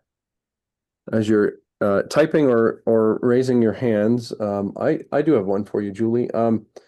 When I guess it's sort of a two-part, so maybe it's two questions, but when you start to use some of these archival materials, because we have a little bit on and off here at Wyoming as well, and you mentioned your collection's housed at the archive. Do you have any challenges with the logistics? Do you have to, what's the access like? Do you have to work with the archivist to get things digitized? And then is there process and cost to get it back to you? And then given the depth of all your information there, how do you parse kind of what's relevant and pulling up, that old data, mating it with sort of new data and some of that visual sharing? Because I know there's always a lot of content there to go through. And so how do you kind of make those decisions? Well, to start with, I have a long relationship with these archives because I'm also working on a history degree. But when I started this job, one of the things I did was ask for permission to use photos on social media. And I would run a historic photo every Friday on our Facebook and Instagram pages. And some of them were really popular. People really, really, really like tractors, especially old tractors. And so I had permission in writing to use their materials for extension outreach. And as far as what we're taking now, the pictures are from my phone. If I wanted them to digitize anything, it would take a very long time and it would cost a lot of money. So that is a hurdle if there's anything that you can't just sit and take notes and take pictures of. And as far as parsing what is relevant, I go down through so many rabbit holes. I could tell stories about just about anything that has been occurring. The tea parties that they held on campus in the 40s and 50s. The individuals who traveled by dog sled and airplane and train in the 1930s to reach the villages. The fact that first day that extension was announced, which wasn't until 1930 in Alaska, there were 104 4-H clubs signed up that day. Just stories after stories. And of course, the disasters are usually pretty well documented. And there are pictures of people with turnips as big as toddlers. And it's just, it is, a lot of it is just a lot of fun. It's interesting, but there is some really good hardcore research to be found in those archives. Well, feel free to unmute and ask questions or put things in chat if people have them. We still have a few minutes. I was just going to say, if you have reflections on potentially how anyone in attendance is using archival materials, if you've seen success with that, if you have some engagement with those kinds of historical documents and data at your own institutions. Certainly part of, oh, go ahead. I probably could have done 2 or 3 slides on giant vegetables. And the guy who owns the record for giant cabbages and giant pumpkins won't share his methods. So we do have a publication on growing your own giant cabbage. If anybody wants to look at our resources. But yeah, and Alaska is interesting. It is very different agriculturally. We have 3 very distinct areas. So the research for what grows in Southeast Alaska, which is where Juneau is, and Anchorage, which is kind of maritime, and Fairbanks, which is really either very cold or very hot and dry, are different. One of the things I did not bring up is also probably to do with climate change, is we now have slugs in Fairbanks Gardens. Slugs are native to this part of Alaska, but you almost never see them. They are a huge problem down in Palmer and Anchorage because and Southeast, because it's damp. It's more of a maritime damp climate. And so they've been working, trying to control those down there, but we have one of our staff members is very interested in slugs and mollusks. And so for the last 3 or 4 years, with the help of iNaturalist, he's been tracking the movement of slugs north. And this year they made it across the Alaska Range, which is a pretty good barrier. And we're being found in gardens all over Fairbanks. Also the same with spruce beetles. If anyone comes up on vacation and goes to Denali and drives up from Anchorage, you will pass through 100 miles of completely dead forest from spruce beetles. And these outbreaks have happened before. And again, it's because it's not getting cold up here. It was 15 below this morning on my way to work, but we're not seeing anymore the minus 40s, minus 50s, minus 60s that used to keep these pests in check. And there's one of the researchers said that 2014 is where the change really started. And he can show that to you on the weather statistics. And it's true. And it also rains in the winter up here. It used to start snowing in September, and it would melt in April and generally stay below freezing. Now we're getting rainstorms at Christmas. And so we're driving on ice for 4 months of the year. And which means the moose are starving. And again, you can track that through the weather data. One of our researchers is predicting that our weather in 50 years will be more like Seattle's. So. But then he can look back and check.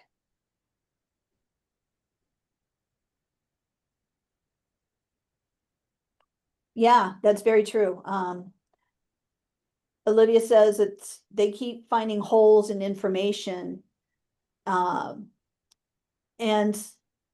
a lot of times it isn't documented. Do you think that everything that you're doing right now is important enough to write down for future generations? You may not think so, but it might be. One of the things, if you're saving any photos, put dates on them, please. Even better, put people's names on them. There are so many great photos in our archives, and we have no idea who is who.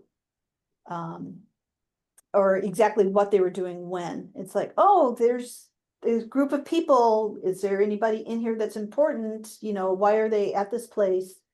It is frustrating. And sometimes you're just kind of knitting together various sources to try to tell the story. And it may not be, you may be accidentally rewriting history, but we try to stick with what we know.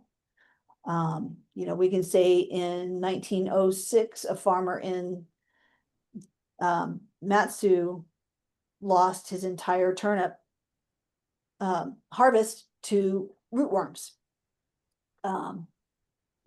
That sort of thing. But anything else is just generalities. And as a amateur historian, I researched one person in particular who was in the two historic photos of the grain fields in 1910. I look through photos and try to find his face because he's never named. And yeah. And also remember, the winners write the history. The guy I'm researching didn't win any of his elections, and so everything is from his opponent's point of view. So, anything else? I don't see any other hands raised or questions coming in. So thanks again, Julie. We appreciate the presentation. All right. Thank you. And I guess this is probably a good time to mention, and those of you who may have just been comparing the agenda on our website to what we're progressing through during our conference may notice there's some deviation, including Julie's presentation. We did have some last minute schedule changes with some family stuff come up for folks, and then ran into issues with the government shutdown. So the schedule is slightly changed from what's on the website. I think the other biggest change I'll call your attention to is the last session tomorrow. I'm going to be presenting in that block, and it will not be the original title. It's going to be Short, Sweet, and Scientific, the 6-word story. So stay tuned for that tomorrow. But we did have to make some adjustments, and we apologize for that. We are going to work with the presenters who didn't make it to try and do some follow-up webinars at a later date. So we'll be sure and share that out to all of you as we dial those in. So thanks for the flexibility as we schedule adjust a little bit. With that, I think we'll jump right in and stay a few minutes ahead of schedule. And I am excited to introduce Lori Greiner. She's one of our ACE members, and she's also our ACE rep on the board of the Journal of Extension. And she's the Assistant Director of Publishing for Virginia Cooperative Extension. And I will let her introduce her co-presenters, but they're here to talk about making your work count, amplifying your work through scholarly publishing. So Lori, take it away. Sure. I have not shared correctly. Let me try this again. Can you all see my Yep. slides? Yep, we're good. Okay, great. Well, it's a pleasure to be here this afternoon. I do have a couple of co-presenters this afternoon. Again, I'm Lori Greiner. I am the Assistant Director for Publishing for Virginia Cooperative Extension. I am the ACES rep to the Journal of Extension, and I am serving as the past president. I'm also joined by colleagues Teresa Ferrari. She is a professor and extension specialist for 4-H at the Ohio State University, and she is also a Journal of Extension board member, and she is going to be the incoming president in January. And also we have Holly Leggett. She is the associate professor at Texas A&M University, and she is the executive editor for the Journal of Applied Communications, which is an ACE publication, typically referred to as Jack. So we have Jack and Joe today. We should have done like slides that kind of went that way. But anyway, it's an afterthought for next time. But today we're going to talk a little bit and give you some food for thought on how you can use scholarly information to amplify science in the work that you do. So we're going to jump right in because we don't have much time. So when we talk about peer-reviewed journals and why they matter, well, first and foremost, most of us work at land-grant universities and probably work with extension, and the peer-reviewed science research underpins the credibility of the land-grant messaging, right? We connect scientific research that's conducted at our universities with the public to improve lives. So if we didn't have that peer-reviewed science, we wouldn't be here talking today because we wouldn't have jobs, right? So that's first and foremost why it's important. Second of all, journals ensure the accuracy and reliability of the research that's being put out there. You want to get your information from peer-reviewed journals because they have been reviewed by colleagues it, to make sure that's sound science, right? They represent the scholarly consensus. That's the whole purpose of having it peer reviewed, to make sure it is sound science, that it's moving our profession forward, and it contributes to the scientific knowledge. They also provide traceable evidence. So research builds upon research, right? If we don't have that progression, we're never going to get new research happening, because it's going to be all over the place. So having a documented way to communicate that peer-reviewed science is really important. And of course, the journals present the new knowledge out there, and that's how we learn about new things. That's how we connect with other people doing the same type of research. So that's the second reason why they're important. And then finally, this is something very personal to me. In the era of AI, scholarly information becomes increasingly critical, as we must distinguish between fact and fiction. And if you've done any research and you see those AI summaries and you try to figure out, how do I get my information in those AI summaries? Well, one of the ways you can do that, based on the information that I have seen, is to make sure that you're using scholarly information, that the information you're presenting can be linked back to sound science and peer-reviewed information.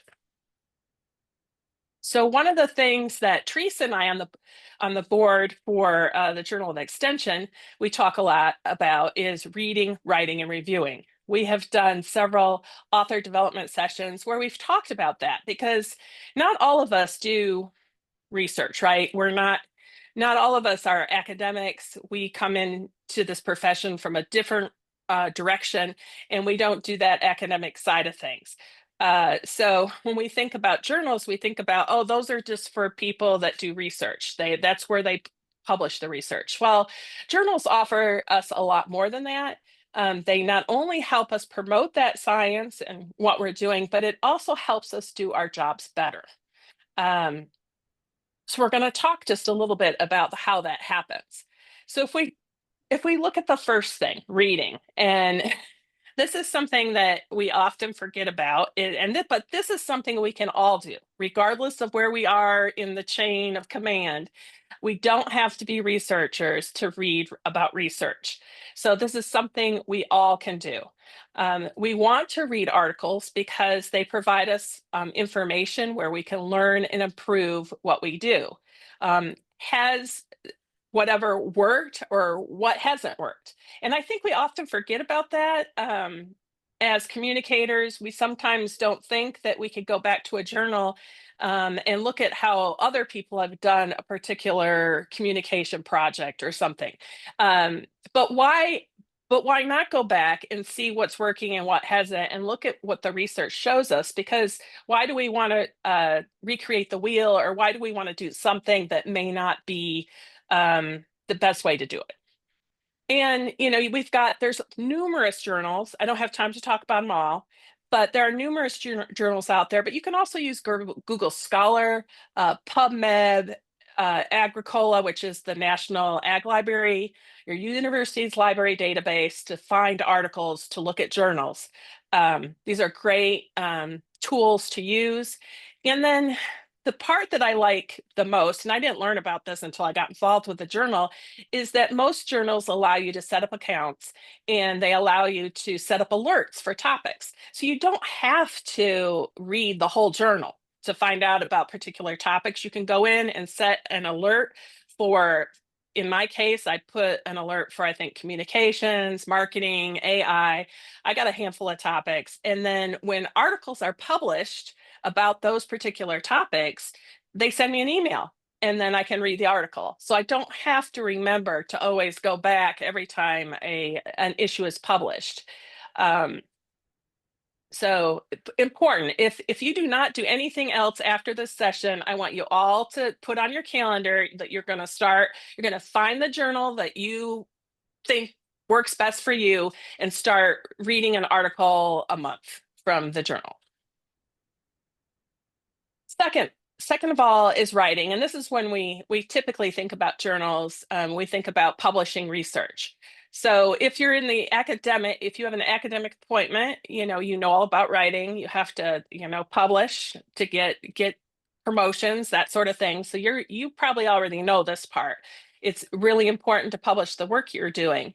But if you're not a researcher, or maybe you just work with researchers, it's important to encourage folks to get their work published.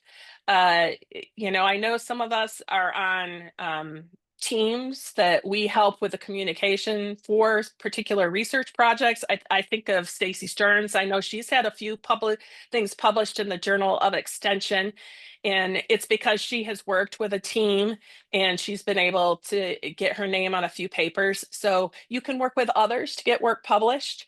And then both of the journals, Jack and Joe, have ways that you can publish that you don't have to have original research. You can, they have article types such as commentary, which is just what it means. It's like an opinion piece. So if you have strong feelings about something, you can write an opinion piece. Or for Joe, we have what's called tools of the trade, which are not methods, but technology, maybe a book review, a tool or something that you think that everybody in Extension should start using. Write an article about it, submit it, and see if it gets published. Jack also has a article type called professional development, where you, in addition to the commentary article, where you can talk about a professional development topic. So you do not have to have original research or even be associated with a researcher to get your work and information published. So at this point, I'm gonna turn this over to Teresa, and she's going to talk a little bit about what makes a good writer and reviewing. Yes, thank you, Lori. Good afternoon, everyone. As Lori said, I am the incoming president of the Journal of Extension Board, but I'm also, for the last 7 years, have been chairing the editorial committee. And of late, I have been very up close and personal with the writing and not the writing piece, but reviewing what other people have written as I've been working with our team of copy editors. So I've kind of boiled this down to using some alliteration here: fit, focus, and frame, and follow the format. I think if people did those 3 things, we would be doing well. Fit, though, I'll go into a little bit detail on what I mean by each of these. So fit is doing your homework. We've got Jack and Joe here, but there might be other places where your work is a better fit for. Make sure that the topic fits with the journal scope, and make sure that it fits the category. Like Lori mentioned, there's different categories in any journal, and maybe it's not the original research, but it's an idea at work category where it's just talking about the idea or the tool. So make sure that it fits with overall scope and then the particular categories. And usually what goes along with that is a word count. Some of them have larger word counts, others are more limited depending, again, on the category. Then when you figure out that it's a fit, then you can focus and frame. And that's taking it one step further and narrowing your topic. Usually with the word count, you can't go off on too many tangents, or you won't, you'll overrun your topic. Reviewing the relevant literature, regardless of the article category. There's always, we want to have a firm foundation of what we're doing and not just tossing things out there. Even with a commentary, you want to, you can have citations in a commentary. In the case of the Journal of Extension, you want to make sure there's implications for extension. That's who the audience is: extension professionals across the board, all different program areas. So what's the relevance? Not just the relevance for you personally or your team or your state, but broaden that a bit. So it's got to be something that's applicable and relevant to others, and make sure you tell how it is. Then you want to follow the format. If I had one tip for people, it would be this, because I see so many people not following the format. The format can be journal specific, and in our case, we use APA, and people are not really following the format. I find they maybe have not I can't say that they don't know that there is one. It's part of our submission guidelines, but they don't seem to have even a passing acquaintance with it sometimes. I'll leave it at that. So following the format, I was just to add a exhibit for our professional association, which in my case is the 4-H Association. And I was in the exhibit area talking to people about publishing in the journal. And I had, again, using my alliteration, Teresa's top 10.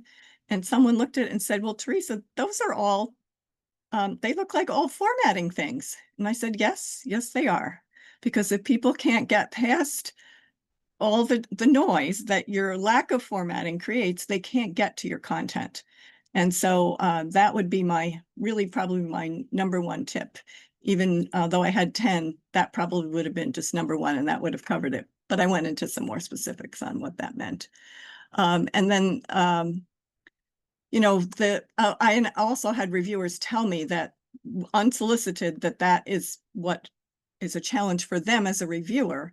If they can't see too many formatting errors, they get distracted and they can't really see the content. And so those 3 things would be in a nutshell what I would give tips to make people a good writer. The other thing that I would add, I couldn't figure out a way, maybe I should say find a friend. Find a friend who will review it before you submit it, and some other eyes that get on the manuscript before it gets submitted, and maybe catch some of these things. Go to the next slide.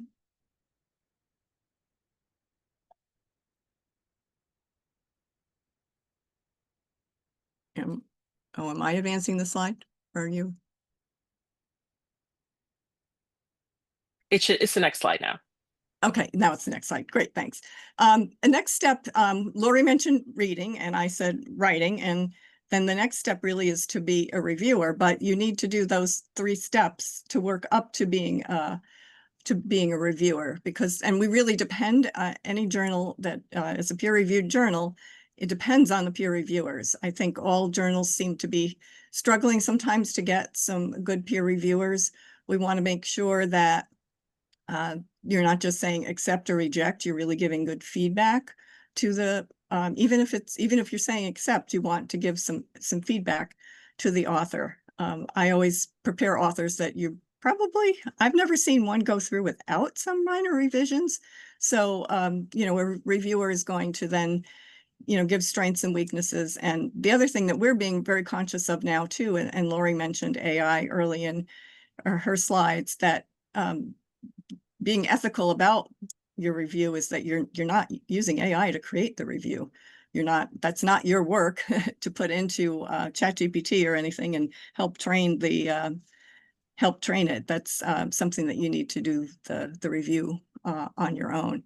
So I think being a reviewer is sort of like that next step in the reading, writing, and reviewing trilogy. And I think I've jumped to my next slide there and said the things that were on it about what makes a good reviewer, that offering that constructive feedback. And then I know in the journal article reporting standards that the APA does have, that's something that even, what goes where. I think that is something that I see authors struggling with, that they're putting things not in the right part of the manuscript. So making sure that it's flowing and that it's everything is in place where it needs to be is also something that I think reviewers can help authors with as they go along. And so that's my my section here, and I'll turn it over to Holly. Can I just add one thing? You talk about reviewers, and I think it's important that we need reviewers, and I think Holly will also say that you could be reviewers as well, especially if you've written articles and had them published. That we encourage you to contribute, because without reviewers, we can't get the articles published. So it's also another opportunity to get a feather in your cap to be a reviewer for a journal. Good points. Yes, thank you, Lori. And I do know that for us specifically You have to have an academic appointment with a PhD to be able to review research articles, but we have many other types of articles that you can review if you do not fit that criteria. So I would also put the plug in for reviewers. So it's a privilege to be here today with y'all. I do serve as the executive editor of the Journal of Applied Communications for a few more days, about a month and a few days. And then the managing editor, Dr. Shannon Parrish, will take over as executive editor. But I want to share just a few things here because in my time as editor, I've learned some things that I maybe didn't know as I have ventured through that process of being on the quote unquote back end of things. And so one of the things I have really thought about lately is this increasing research visibility often increases impact. And we have that documented in peer-reviewed literature that as the more that we spend time sharing and promoting our articles, the more likely we are to have that impact. And so I think that it's important for us to think about that there is a positive correlation between exposure and article citations. And so how can you promote your work?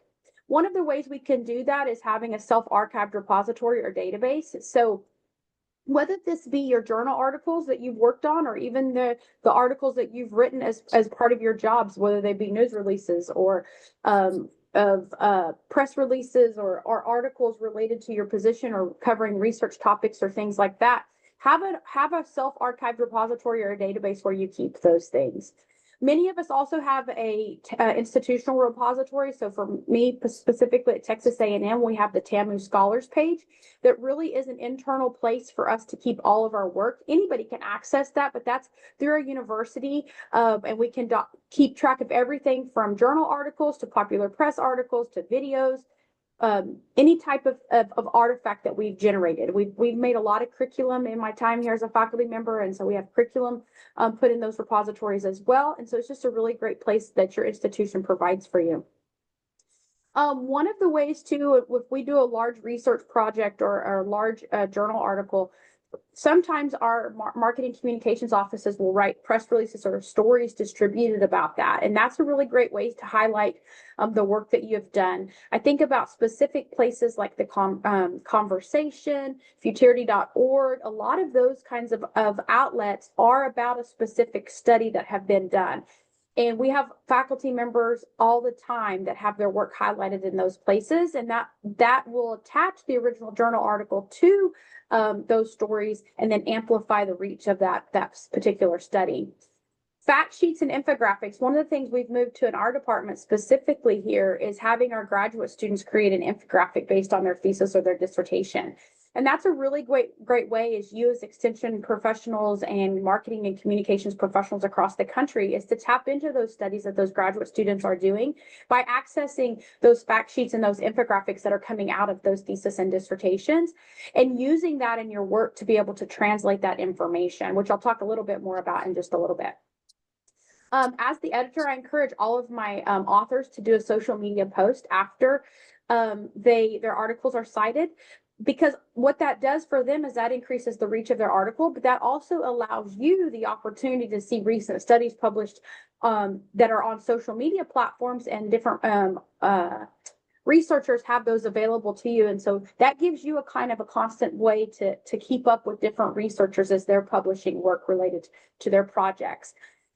One of the cool things I think lately that we've moved into quite a bit is doing videos and podcasts about different research projects, especially as we're training young scientists here at the university with the USDA Science Influencers program that I run, is helping them to create videos and having them on the REU podcast to talk a little bit about their research, because that's just an opportunity for them to talk about their research, but also to get that information out to the public about the things that they're doing.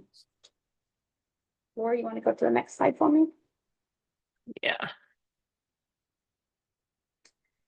So disseminating research articles to public audiences. So one of the things that I see as a great way for you as marketing and communications professionals at the universities is to look to the journals, whether that be Journal of Extension or Journal of Applied Communications. Look to the journals for ideas to write for articles.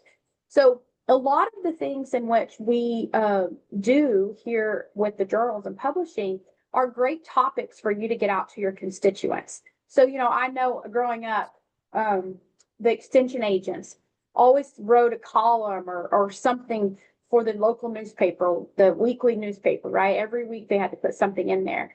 And I can only imagine that sometimes coming up with those topics could be daunting. 52 articles a year, just thinking about what are the different kinds of things that I write about. So I would encourage you guys to think about using these journals to either help you to discover topics, or maybe you find an article in one of the journals that is very applicable to your audiences in your county or in your region.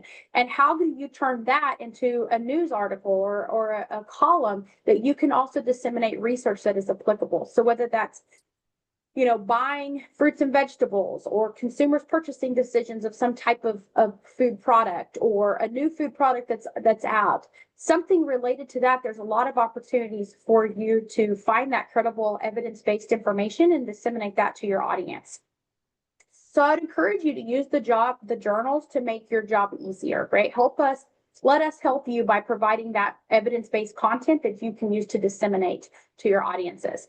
So some things to think about when you're disseminating that research to your audiences is simplify without distorting. I think that that's very important, is to be able to deliver the information in a way that your audience can understand, but not distort the information. Avoid the jargon. Research articles can get pretty jargon heavy, right? And so avoid those kinds of things, like statistically significant differences between, right? We don't need to have all of that kind of jargon in your pieces that you're writing and publishing. So use plain language and relatable examples. I think you can provide context, and there's some specific ways that I think that we as researchers can also help you. And that is thinking about what are some of the three main conclusions from the study. I always encourage my graduate students as they're reading articles to think about what are the three main conclusions from a study that you're reading, right? What are the three main things we can take away? So as you're reading the articles, think about what are the three main things that we can take away. And then the articles, if written well, should do a great job of situating their study within the larger literature base related to that study. So that kind of goes to my second bullet here, is how does this finding fit into what we already know? And that really, if the authors have done a really good job of writing their article, that should be able to bring to light of, we know this now, or this confirms what we know, or this is a little bit different than what we have always heard or that we've always read here. And so this helps us to see things differently. And then I think the last piece here is, where do we go from here? Like, this is a really great study. Now, how does this fit into your everyday life? What is the practical piece? Again, if the authors have done a really great job writing, they should have three types of recommendations at the end. One of those is recommendations for research. So the recommendations for people like me, where do we go from here in terms of research? But the other piece to that, there's two other pieces. One of them is recommendations for theory. So how does my article or my research contribute to the original theory that was the basis for this article? But the third one has extension professionals and marketing communications professionals written all over, and that is, what are the recommendations for practice? And so one of the things that we think about as researchers is, how do we take the research that we just found, the data that we have, and apply that to practice? So how can you use that data? How can the educator use that data? How can the person on the street use the data? And so that's a really great section for this audience here to think about, is what are the practice recommendations and what does the researcher say should go from here? I think we're next. So now what? We've flown through this presentation because we only have 30 minutes, right? So a couple of things is, we just want you to know that Joe and Jack can help you in your journey as a professional communicator, whether that be an opportunity for you to serve as a reviewer. As we said, we have a lot of opportunities to serve as a reviewer, whether that be for you to find your next column in one of our journals, or whether that be for you to publish the work that you're doing. And so I know that Lori and Teresa, as well as myself, have put together a handout for Jack and a handout for Joe that talks about the different ways to publish for our journals. And so, I just want to say, as Lori talked earlier, there's opportunities to write. So for Jack specifically, there's an opportunity to do professional development articles. So many of you go to the ACE conference in the summertime and do professional development or do a workshop. Turn those workshops into actual articles, and that your profession can use to make their job easier. And so I think that they're in the chat, I believe, or they're going to put them in the chat of just ways that we can engage with you, and help you navigate our journals and make your job easier. But just think about ways in which you can contribute. Maybe it's not an original research article, but there are many opportunities, commentaries, and professional development and tools of the trade and all of those kinds of things that your colleagues can learn from you outside of the traditional research box.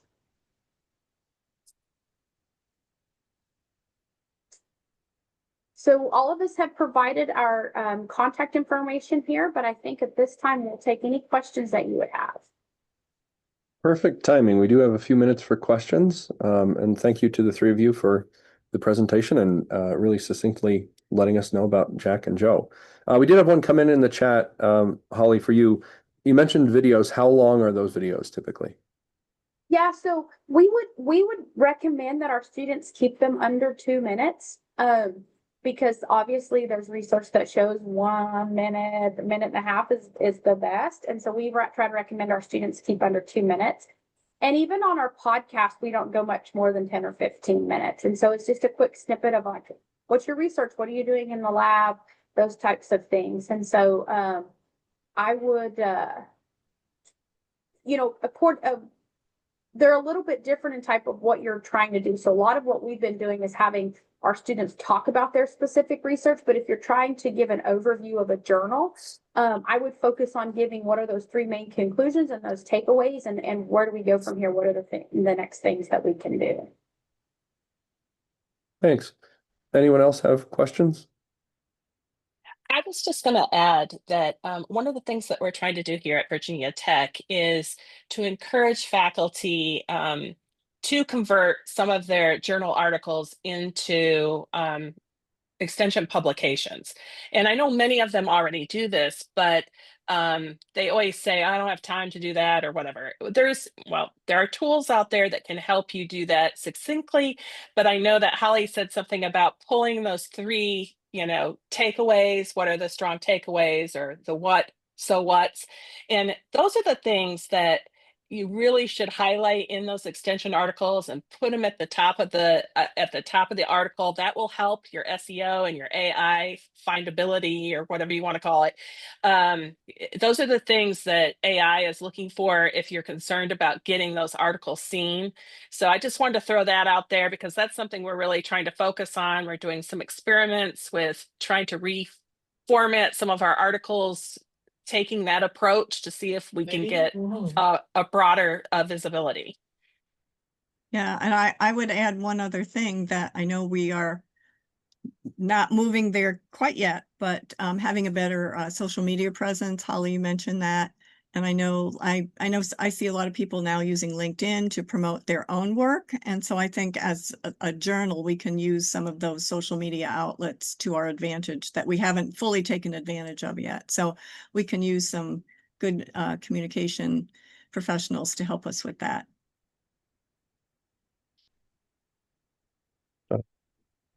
Let's see.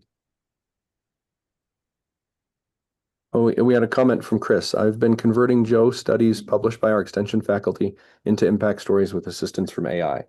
So that's another line of thinking on Awesome. ways to use the articles and make things a little easier when we can. Yeah.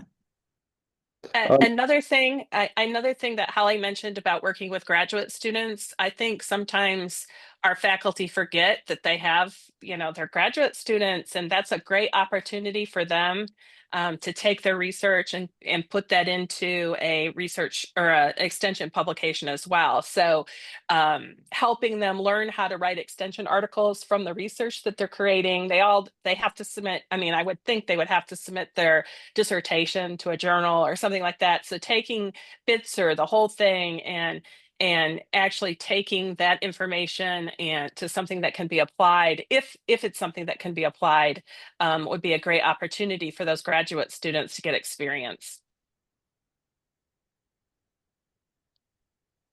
We got another minute or two if anybody has another burning question. I'll throw one out just since somebody asked about video, and as a video producer, it primed my pump. Do you accept multimedia kinds of things, or does it have to be written articles? Well, I can not, speak but- on behalf of. Yeah. I was going to say I can speak.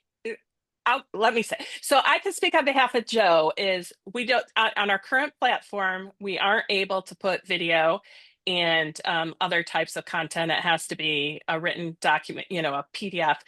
But we've got some news coming down the pike that for Joe that might change in the future. So we're excited about that.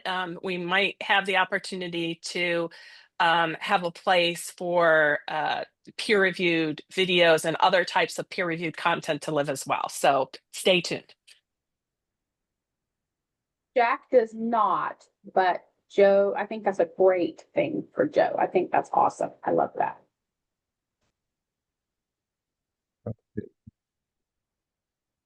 And then, Chris, if you don't mind unmuting, somebody asked, what kind of assistance are you using from AI? Or feel free to chat back if you'd like.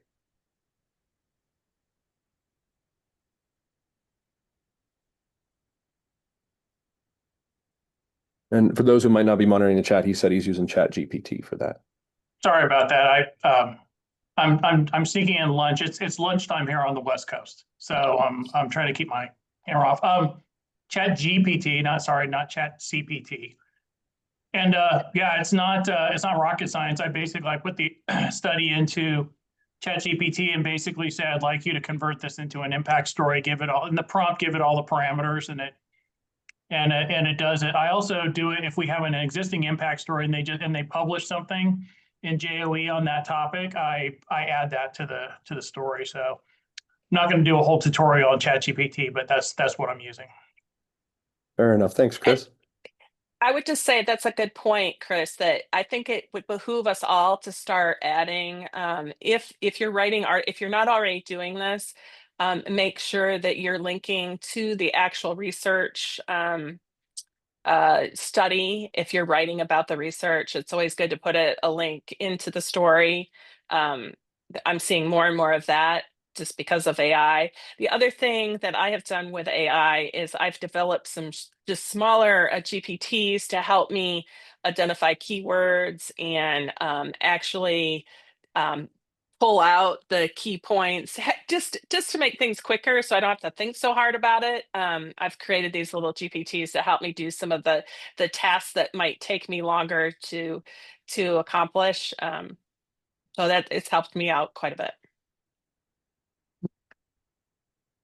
Well, that takes us to time. Please help me thank our Jack and Joe presenters. And feel free to reach out if you have more questions or interest in the reading, the writing, or the reviewing. So thank you. And next, I'm happy to introduce Jim Farrar. He's the director of the University of California IPM program.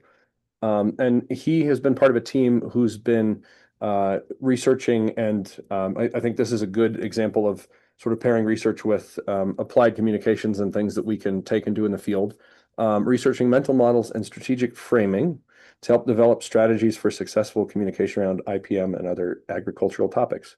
And excuse me, the presentation is Framing Communications Around Farming for a Public Audience. So Jim, take it away. Great, thanks, David, and thank you all for hanging in there till the end of the session today.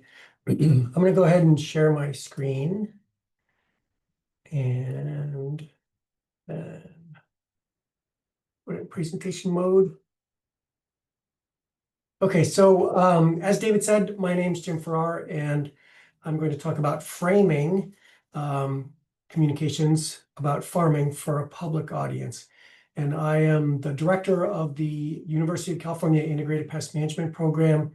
But this project that I'm going to talk about today was part of a collaboration in my role as a member of the board of directors of IPM Voice, which is a nonprofit devoted to helping communicate integrated pest management more effectively. Sort of bottom line up front, and for those of you who may zone out a bit during the presentation, The Farming and Food Narrative Project published 3 reports. They're all available for free on this website. There are also a number of videos on the website so that you can watch people who were participating in the project explain in more depth what was happening. So if you kind of, take a mental break, just remember all this information is available on the Farming and Food Narrative website. So we started at IPM Voice with this problem that we were having real difficulty communicating integrated pest management to the public. So when we were thinking about how to address that problem, we realized that that was probably not a good focus for the project, and that we needed to expand it a little bit to talk about good farming practices. And we had to limit that to crop production because when you bring in animal production, it brings in a whole bunch of other issues. So we focused this project on communicating good farming practices to the public. And some of the traps that we had seen just in our own work and we're continually falling into and we're trying to avoid are these binary good bad, right? Like there are good farming practices. So things are either good or they're bad, right? There's no gray in between, there's no nuance.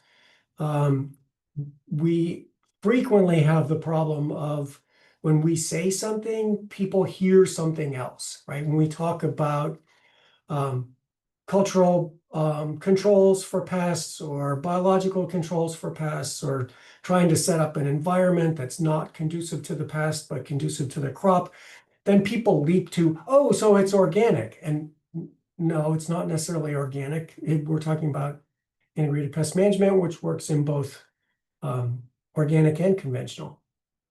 And then just a real difficulty communicating science.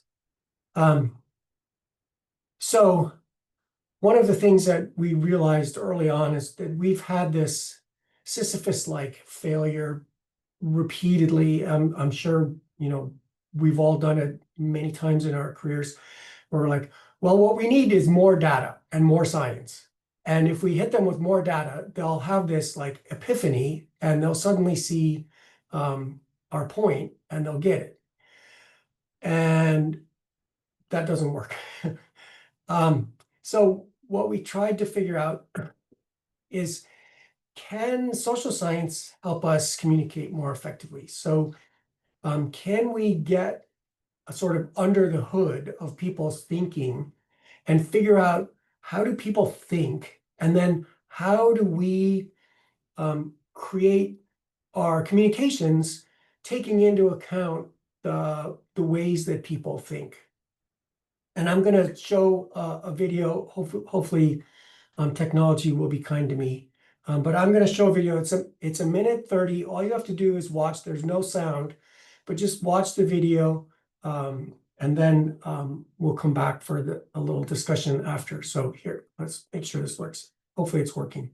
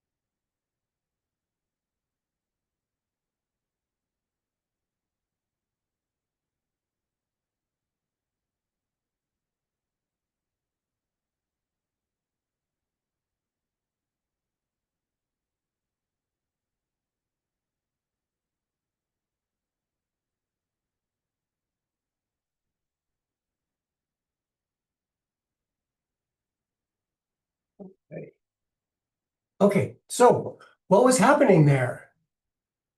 Right? It's just a bunch of shapes moving around on a screen, but we impose a story on that, right? We give the shapes personalities, intention. We might think that they have certain relationships or certain genders. So people interpret the world through stories. And if there isn't a clear story, they'll impose a story, right? So people are interpreting the world through stories through their mental models or their mental frames.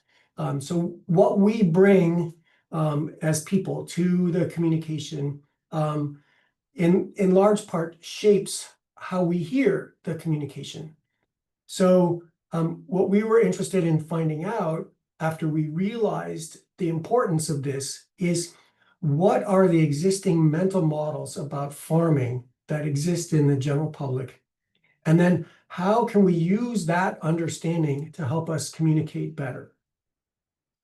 So IPM Voice and food aggregator on the East Coast that was also dealing with this problem called Red Tomato. We collaborated with a group called Frameworks Institute, and they have a research process in order to address these questions. So the first thing they do is talk to experts in the field. And then, using the same set of questions, they talk to the general public. So these are not surveys, right? They're very open-ended questions. Frameworks describes this as trying to get a big scoop of language that they can then code and look for patterns. Once they have the understanding of the experts and what the public understands about an issue, then they go and look in the media, both the general media and the media that's specific to the field, so the field of agriculture. And then the next part of the process, the lower half of the screen there, is their process for trying to come up with suggestions for how to reframe our communications in order to be more successful. So they actually test out different kinds of metaphors or different ways of talking about an issue and figure out which ways most resonate, which ways are sticky. They help people understand, they help people to understand and then turn around and talk to someone else. So it was fantastic to have Frameworks Institute as a partner in this project. So the first report from this is the description of farming based on the experts' view and the general public view, and then what are the gaps between those two understandings. And the very open-ended questions that they asked people, and these were long interviews, or 45-minute to an hour interviews with people. What is farming? Why is farming important? What are the challenges involved in farming? How can farmers effectively meet the challenges? What should society do to help meet the challenges of farming? Okay. So this part really depressed me when they provided the results back to us. So on the left-hand side in blue is experts in the field of agriculture. And on the right-hand side in gray is the public understanding of agriculture. So experts understand that farming is complex and it's expert practice. The public views it as hard work, risky, but really simple labor. The effects of farming, the field, the experts understand it as the effects are economic, environmental, and health effects. The public pretty much only thinks of farming in terms of their health. Good farming practices, the experts in the field understand that there's a diversity of approaches. The public thinks natural, which they equate with organic, is best. If you tried to find any mention of sustainability in the public discourse, it's mainly a missing concept. If people are surveyed, right, if they're specifically asked, are you in favor of sustainability? Oh, everyone says, oh yeah, that sounds like a good idea. But when they have to come up with that concept in an open-ended question, it's mostly missing. Whereas the experts understand that as a core concept. The determinants of good farming practices, the public thinks it's mainly consumer preferences, and are the farmers ethical? So if I buy the right kind of produce, then that will tell the market that I want more of that kind of whatever the growing practice is. For me, this was the next two are especially depressing. In terms of pest management, people only think in terms of insects and chemical pesticides. And chemical pesticides are never acceptable. So that's a challenge for us in pest management. Whereas in the field and in the field of agriculture, we understand that there's a diversity of pests and a diversity of strategies, and that pesticides are a necessary tool. For some of you, this will be disconcerting. Experts in the field understand soil management is a central concern in agriculture. It's pretty much off the radar for the public. They're not paying any attention to that. And the temporal orientation, the public is looking to the past, so sort of a nostalgic agrarian past. And experts understand that we are looking towards the future, investing in research to find solutions. The public thinks if there's a problem, we need tougher regulations. So sort of the mental frames, the mental models that people are bringing to communications about farming are listed here in this swamp metaphor. And one of the things that you'll notice about these mental frames is a lot of them conflict. And people will jump from one to the other without missing a beat. They will not realize that those things are in discord, and they'll just jump from one mental model to the other in understanding, right? And look at, for instance, the one under farming and government, right? The system is rigged versus, oh, the government is the protector of health and safety. Well, if the system is rigged, then the government's not doing its job, right? And then again, in solutions, tougher regulations, consumers have to defend themselves, reduce the influence of industry in policymaking, and fatalism, unfortunately. Oh, the problem's just too big. We can't do anything about it. But some of the core concepts we would like to communicate are farming is complex decision-making and risk management. And it's a business where it's challenging to make a profit. People often forget that agriculture or farming is a business, and that gets us into a lot of trouble. Farming's diverse in scale and practice, so there's lots of good, there's lots of different ways of approaching sustainability.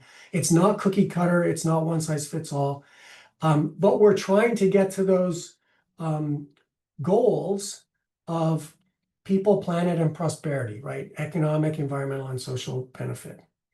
And when farmers are doing practices that benefit the environment and benefit society, that can be expensive, right? So that goes back to the business part, but they're unacknowledged and undercompensated or uncompensated by society.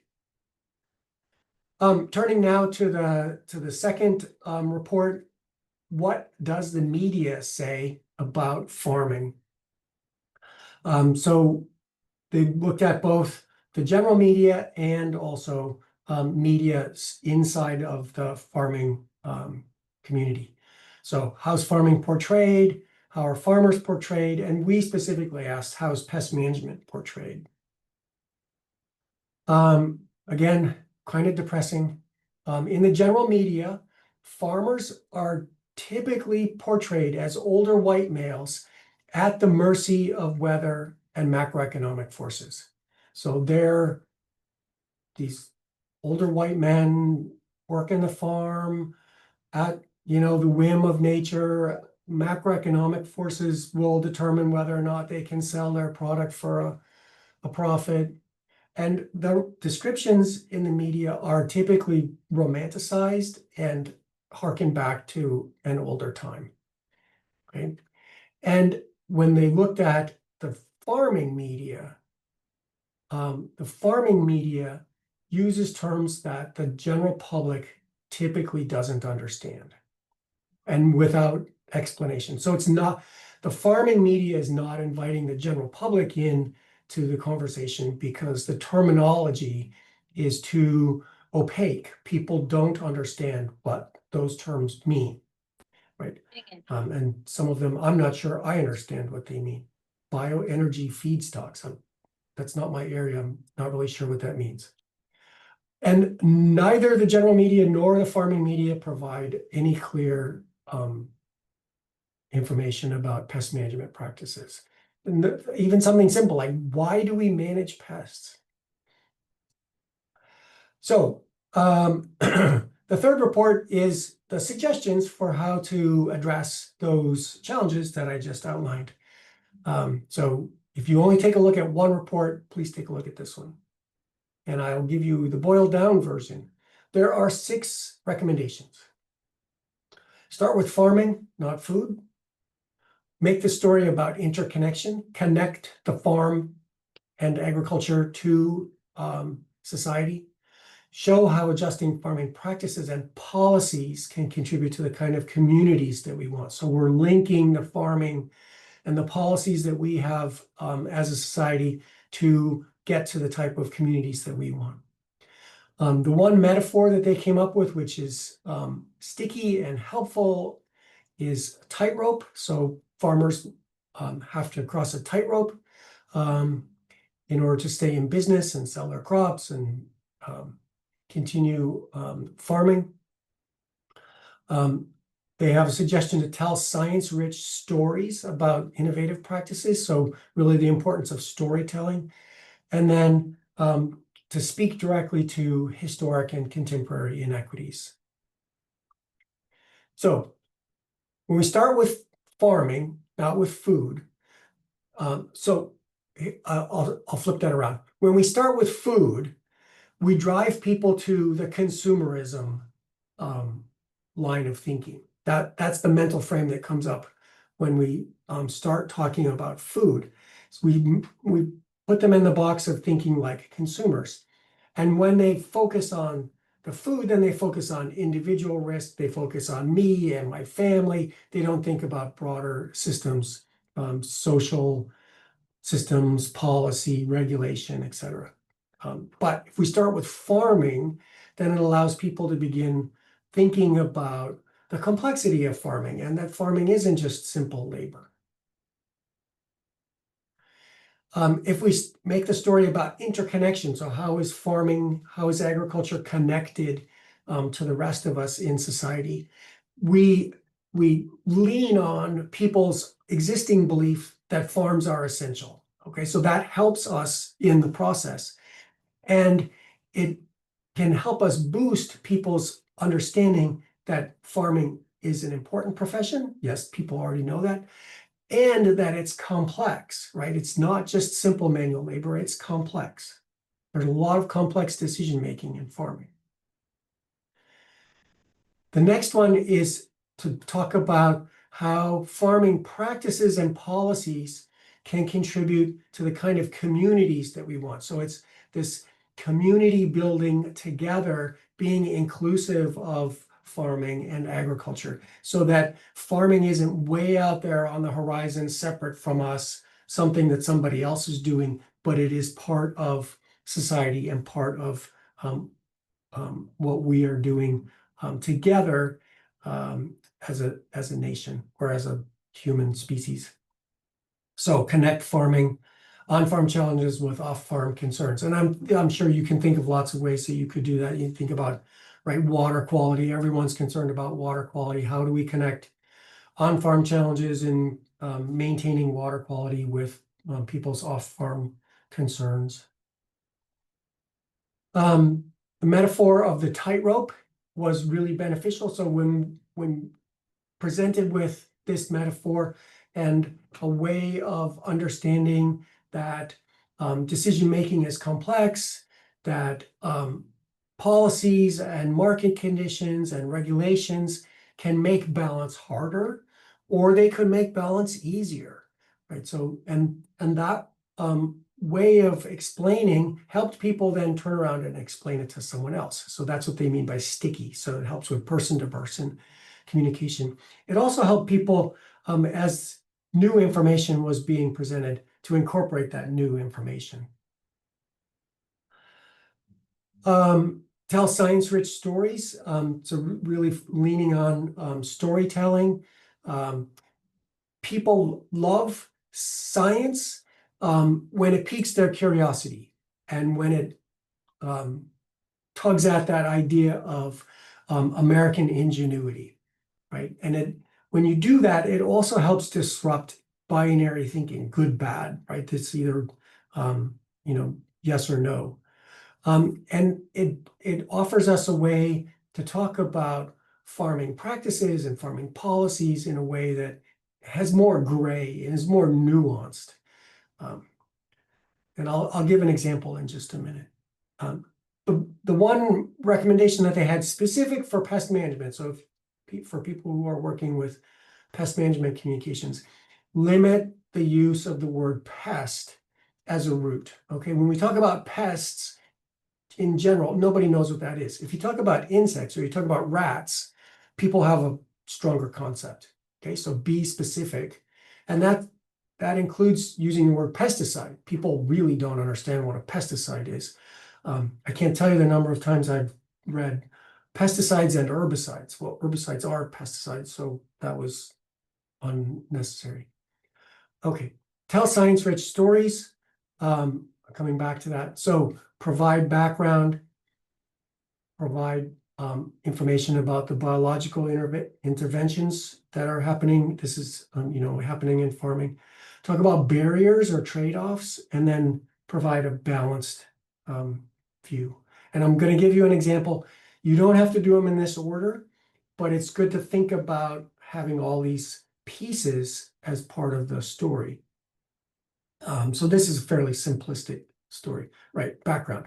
Farmers can't sell food that's been damaged by insects or diseases. So to stay in business, right, returning to that concept that it's a business, they must make decisions that keep these problems from harming their crops. The biological intervention. Many farmers use special traps that help them monitor insect life cycles and migration patterns. By knowing exactly what insects are around and when their feeding patterns are about to spike, farmers can select the right treatment and apply it at just the right time. A precise approach is more effective, less expensive, and minimizes environmental problems and risks related to the treatments. So they're being specific. It's insects, and there's a specific kind of intervention that we can use in order to target when we're going to do a treatment. The barrier is that doing that takes time and money, and farmers aren't compensated for that additional time and money, which means that if they want to adopt those practices, they might not be able to take the business risk. So there are barriers to adopting these practices that in general people would think of as being positive. So on balance, we need to change our farming policies and market design so that it's easier and more accessible for farmers to take on more intensive, precise approaches to managing insects and diseases that make human health and environmental protection a priority. So that part of the story, the balance part, is not leaning into the consumerism. Oh, you should buy organic, or you should buy, Rainforest Alliance stamped, but talking about policies and market design and bigger societal things, because we all want, in the end, a system that's good for business, good for people, and good for the planet. Okay. The last recommendation, and I know I'm running out of time, speak directly to historic and contemporary inequities. Farming is not something that's out there, outside of society. It's part of society. It's part of the discussion. We need to have those voices from the farming community in conversations about inequities. And if Farming Voices don't participate, then it's easy for that part of our society to be overlooked, which is unfortunate. Again, all of these reports plus videos are available on the Farming and Food Narrative website. And if you only do one thing from this presentation, grab that green swamp of farming illustration and put it on your wall so that when you are doing communications, look at that and think, am I early in my story triggering some mental frame that's going to be an impediment to my message getting through? Thank you all. I think. Thanks, Jim. We do have time for some questions, so happy to questions, Yeah. comments, conversation. Yeah, Lori, go ahead. I have a question. Have you done any development of training for farmers around these concepts to help them communicate better? Is there like a out of the box training for farmers to? There are some training resources available on the website. We have done trainings that included farmers participating, both here on the West Coast where I am, and also I remember one specifically was Practical Farmers of Iowa. We did a training there, and there have been trainings for apple growers in the Northeast. So yeah, this is not just for communicators, but also for the farming community. Thank you. Other questions for Jim? Julie. Hi, that was really, really good. Do you think that there's a need to differentiate between the small farmers, like who do CSAs and farmers markets, to big ag? You know, what we think of as a stereotypical Midwest giant farmer with acres and acres and acres of corn, and then there's farmers in betweens, because farmers is a really broad brush. Do you think that the public perception of either of these groups changes or is different? Yeah, I think that the general public perception differs between those two groups. We were trying not to subdivide agriculture, and we were trying to acknowledge that there are some practices that are practical for small farmers, and there are some practices that are practical for larger farmers. But that doesn't mean that they universally fall into the good or bad camp, right? There's a diversity of approaches. You can be doing a great job as a small farmer. You can be doing a great job as a large farmer. So we tried to have as big of a tent as possible in this communication strategy. Thank you.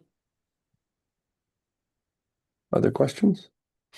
I'll throw one out. I know the reports have been out there for a few years now. Have you, as you've implemented some of those recommendations through your various communications, both in California and maybe across other IPM programs elsewhere, have you seen some positive results or gotten some feedback on that? Yeah, we've seen some positive results. People are not a super uptake in the use of the tightrope metaphor, but I have seen that in a few places. I've also seen people leaning into that idea that a metaphor or an analogy would be helpful. I know the Western IPM Center is using the analogy that pests are thieves to sort of get their message across. So yeah, the uptake hasn't been enormous and a tidal wave, but I think that it's incremental and building. And then sorry, I'm going to blank on the name of it, but the group that you worked with on the research end of it, do they work across, are they very focused on agriculture or a range of topics, or are they available for other research projects in different spheres? Yeah, they are not specifically focused on agriculture. We were the first agriculture group to work with them. They've done work on child brain development, and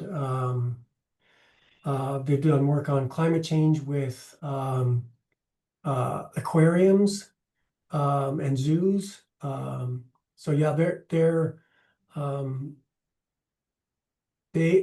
they're using their particular set of skills to address lots of different communication problems in all kinds of different sectors. This is the group that came up with tennis metaphor for child brain development. They call it serve and return, where there needs to be an attentive adult and then the child, and there's a serve and return. And people get that as being very helpful for children's brain development, because that's a simple metaphor. Interesting. I don't see any other raised hands or questions in the chat. We'll give it a couple extra beats here. Just so everyone knows, we did put the link to those resources and reports directly in the chat, so you all can access it there. And Fantastic. feel free to reach out to Jim if you have more questions. Yep, absolutely. All right. Well, thank you very much for your time. I appreciate the presentation. All right, thank you all. And I think at this point, Julie, I think we're handing it to you for some wrap up and some final things for today. Right, so before we wrap up, I want to introduce Kelsey Armstrong. She is the Member Services Director for ACE. Kelsey is also the Student Life Communication Manager at Elon University, and she will talk to us a little bit about some of the membership initiatives for ACE. Kelsey, are you on here? I am. Thank you so much, Julie. I'm going to share my screen if that's okay.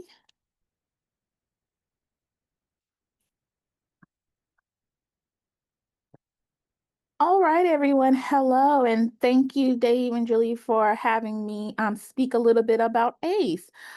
So as they said, my name is Kelsey Armstrong. I am the Member Service Director.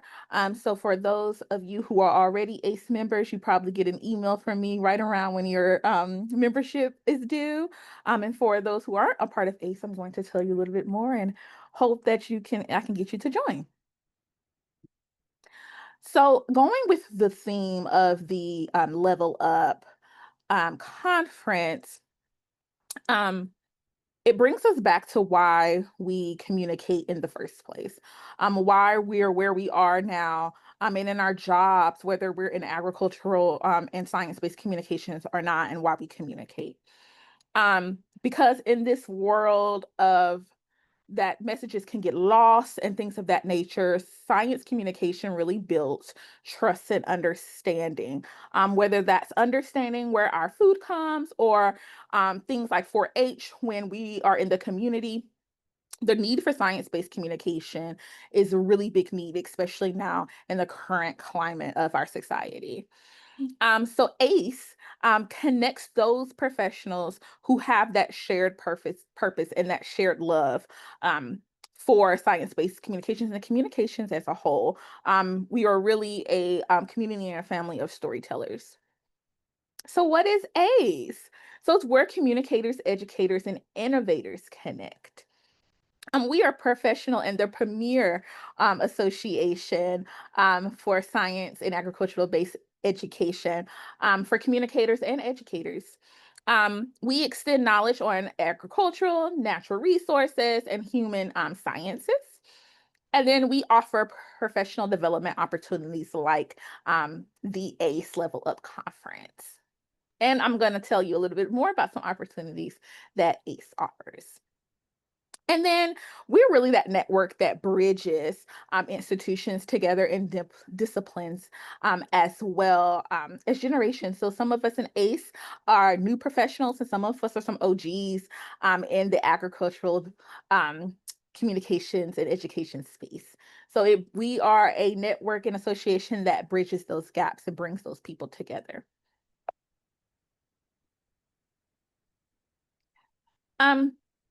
So why should you join ACE? ACE really, you can access best practices and real world communications tools through some of our webinars, in-person conferences, and our virtual conferences. You can attend those face-to-face conferences, like I said.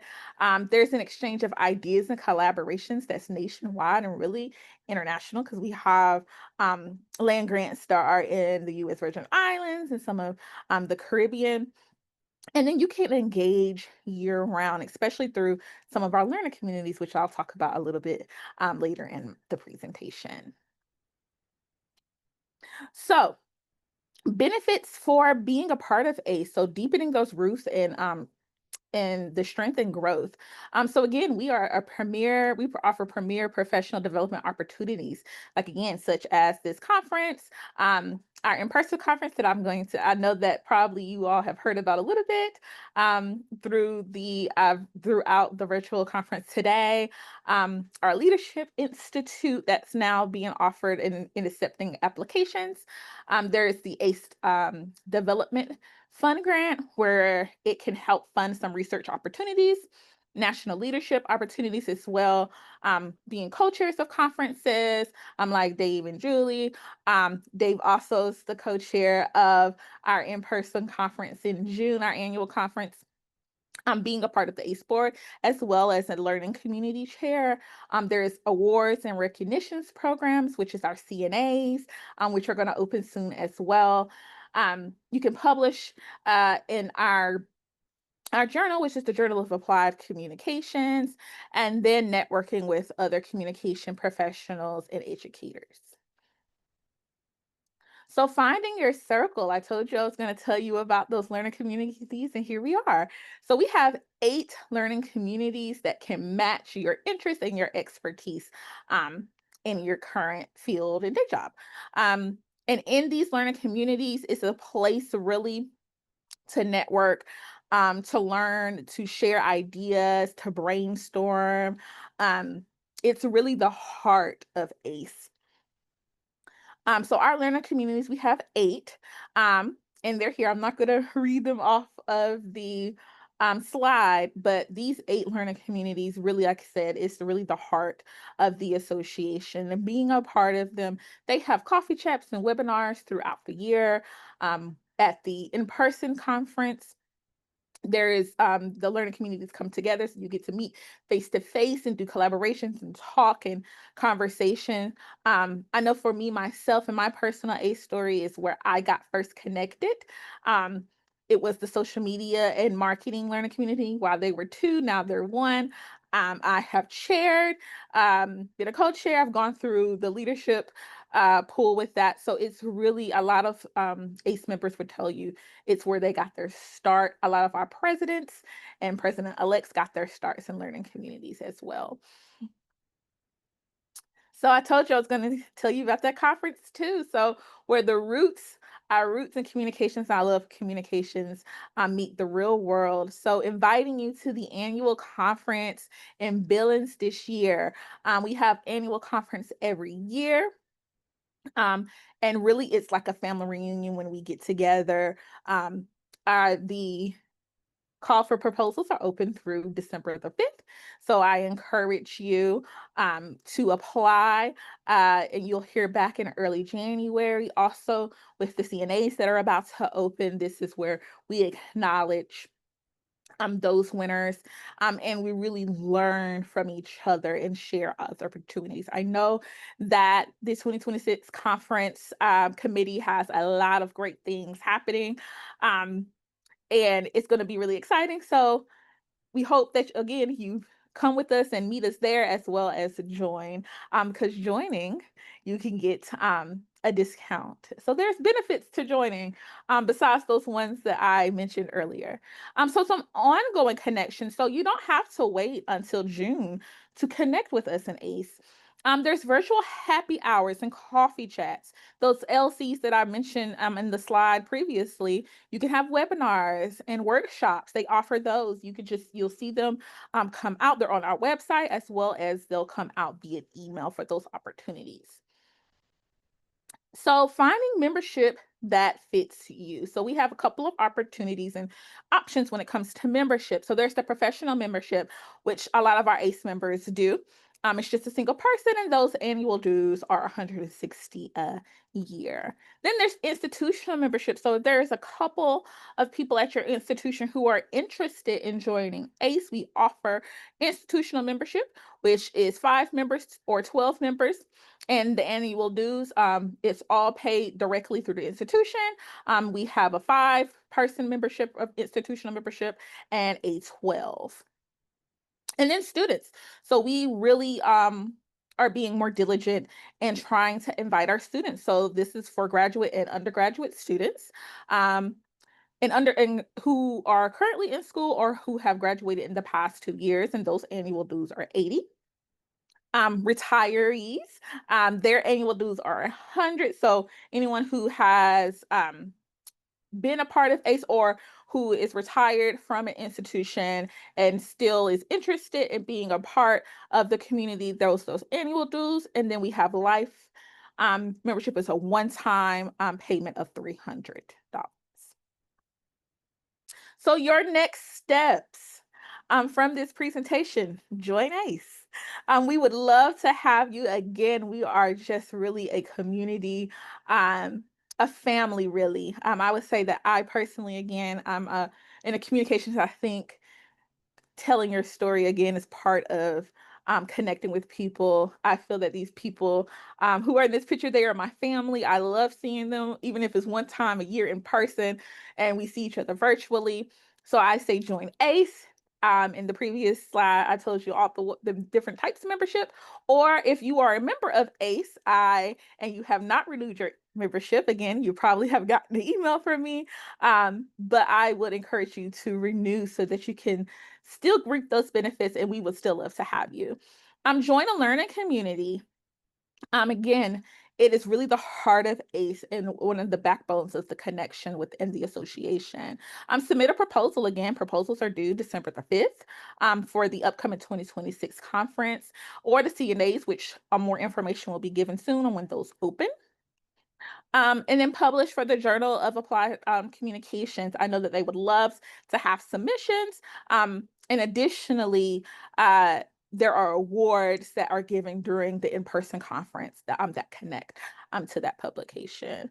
And then connect with our members. We're very friendly. Again, we're just a family. And if you have any questions or inquiries, we would love to, chat. Even if it's not about ACE, any kind of communications, that's really what the association is about, bouncing ideas off of each other and really connecting over the shared interest that we have. So connect with us. So we are on social media. We are on LinkedIn, Facebook, and Instagram. This is a place where you can get more information about ACE as well. We highlight some of our CNAs from last year, some of those OPSs, so those great and funny and interesting videos that are shown during the CNA banquet at each annual conference. You'll learn more about some of those webinars from the learning communities, and then other opportunities, such as when registrations opens and things of that nature. So I'll give everyone a second to just use those QR codes for each.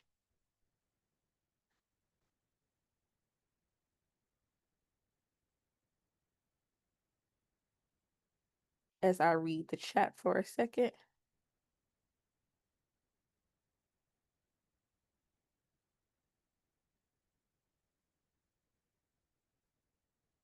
Okay, I know this is recorded, and I don't know if this PowerPoint be sent out. However, if it's not, here is my contact information. So let's really grow together.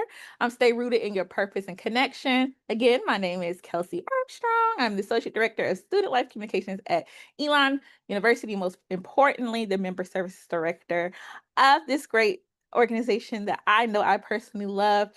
Here's my contact information. And if you want to join ACE, here is our website. Does anyone have any questions for me?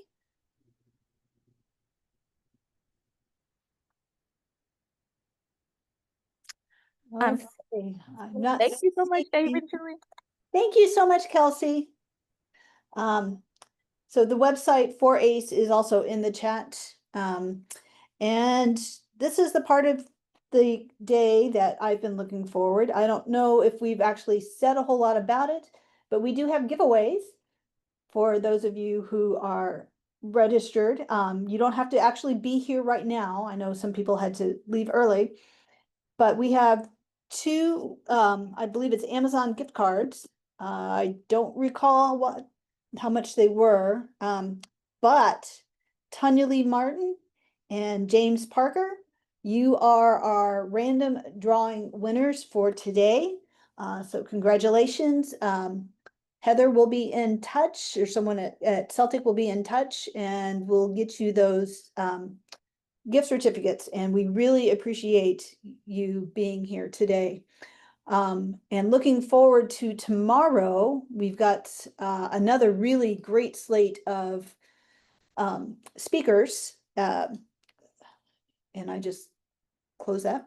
So we've got Debbie Howard will be here to talk about reclaiming your time with planning and purpose. Jamie Lozo, I can spell it, I can't say it. The Streaming Science Project, Science Communication and Action through Place-Based Partnerships, Dialogue and Discovery. Paula Dobbin, who is a professor here at the University of Alaska Fairbanks, will be telling climate stories that matter. She was part of a project that was nominated for a Pulitzer, and so she will talk about being a journalist on the front lines of change. And then another Fairbanks staff member is Rod Boyce. He is a science writer for the Geophysical Institute, and he will talk about communicating science through story maps, and will walk you through how to create your own story map. Jessica Mazeros is a reporter for public radio in Tampa, Florida, which is also on the front lines of climate change. And she will talk about covering climate-fueled natural disasters, the stories, and the science. And then David Ketto will wrap it up tomorrow with his session on short, sweet, and scientific, the 6-word story. So anybody have any questions? David, do you have anything else you need to add?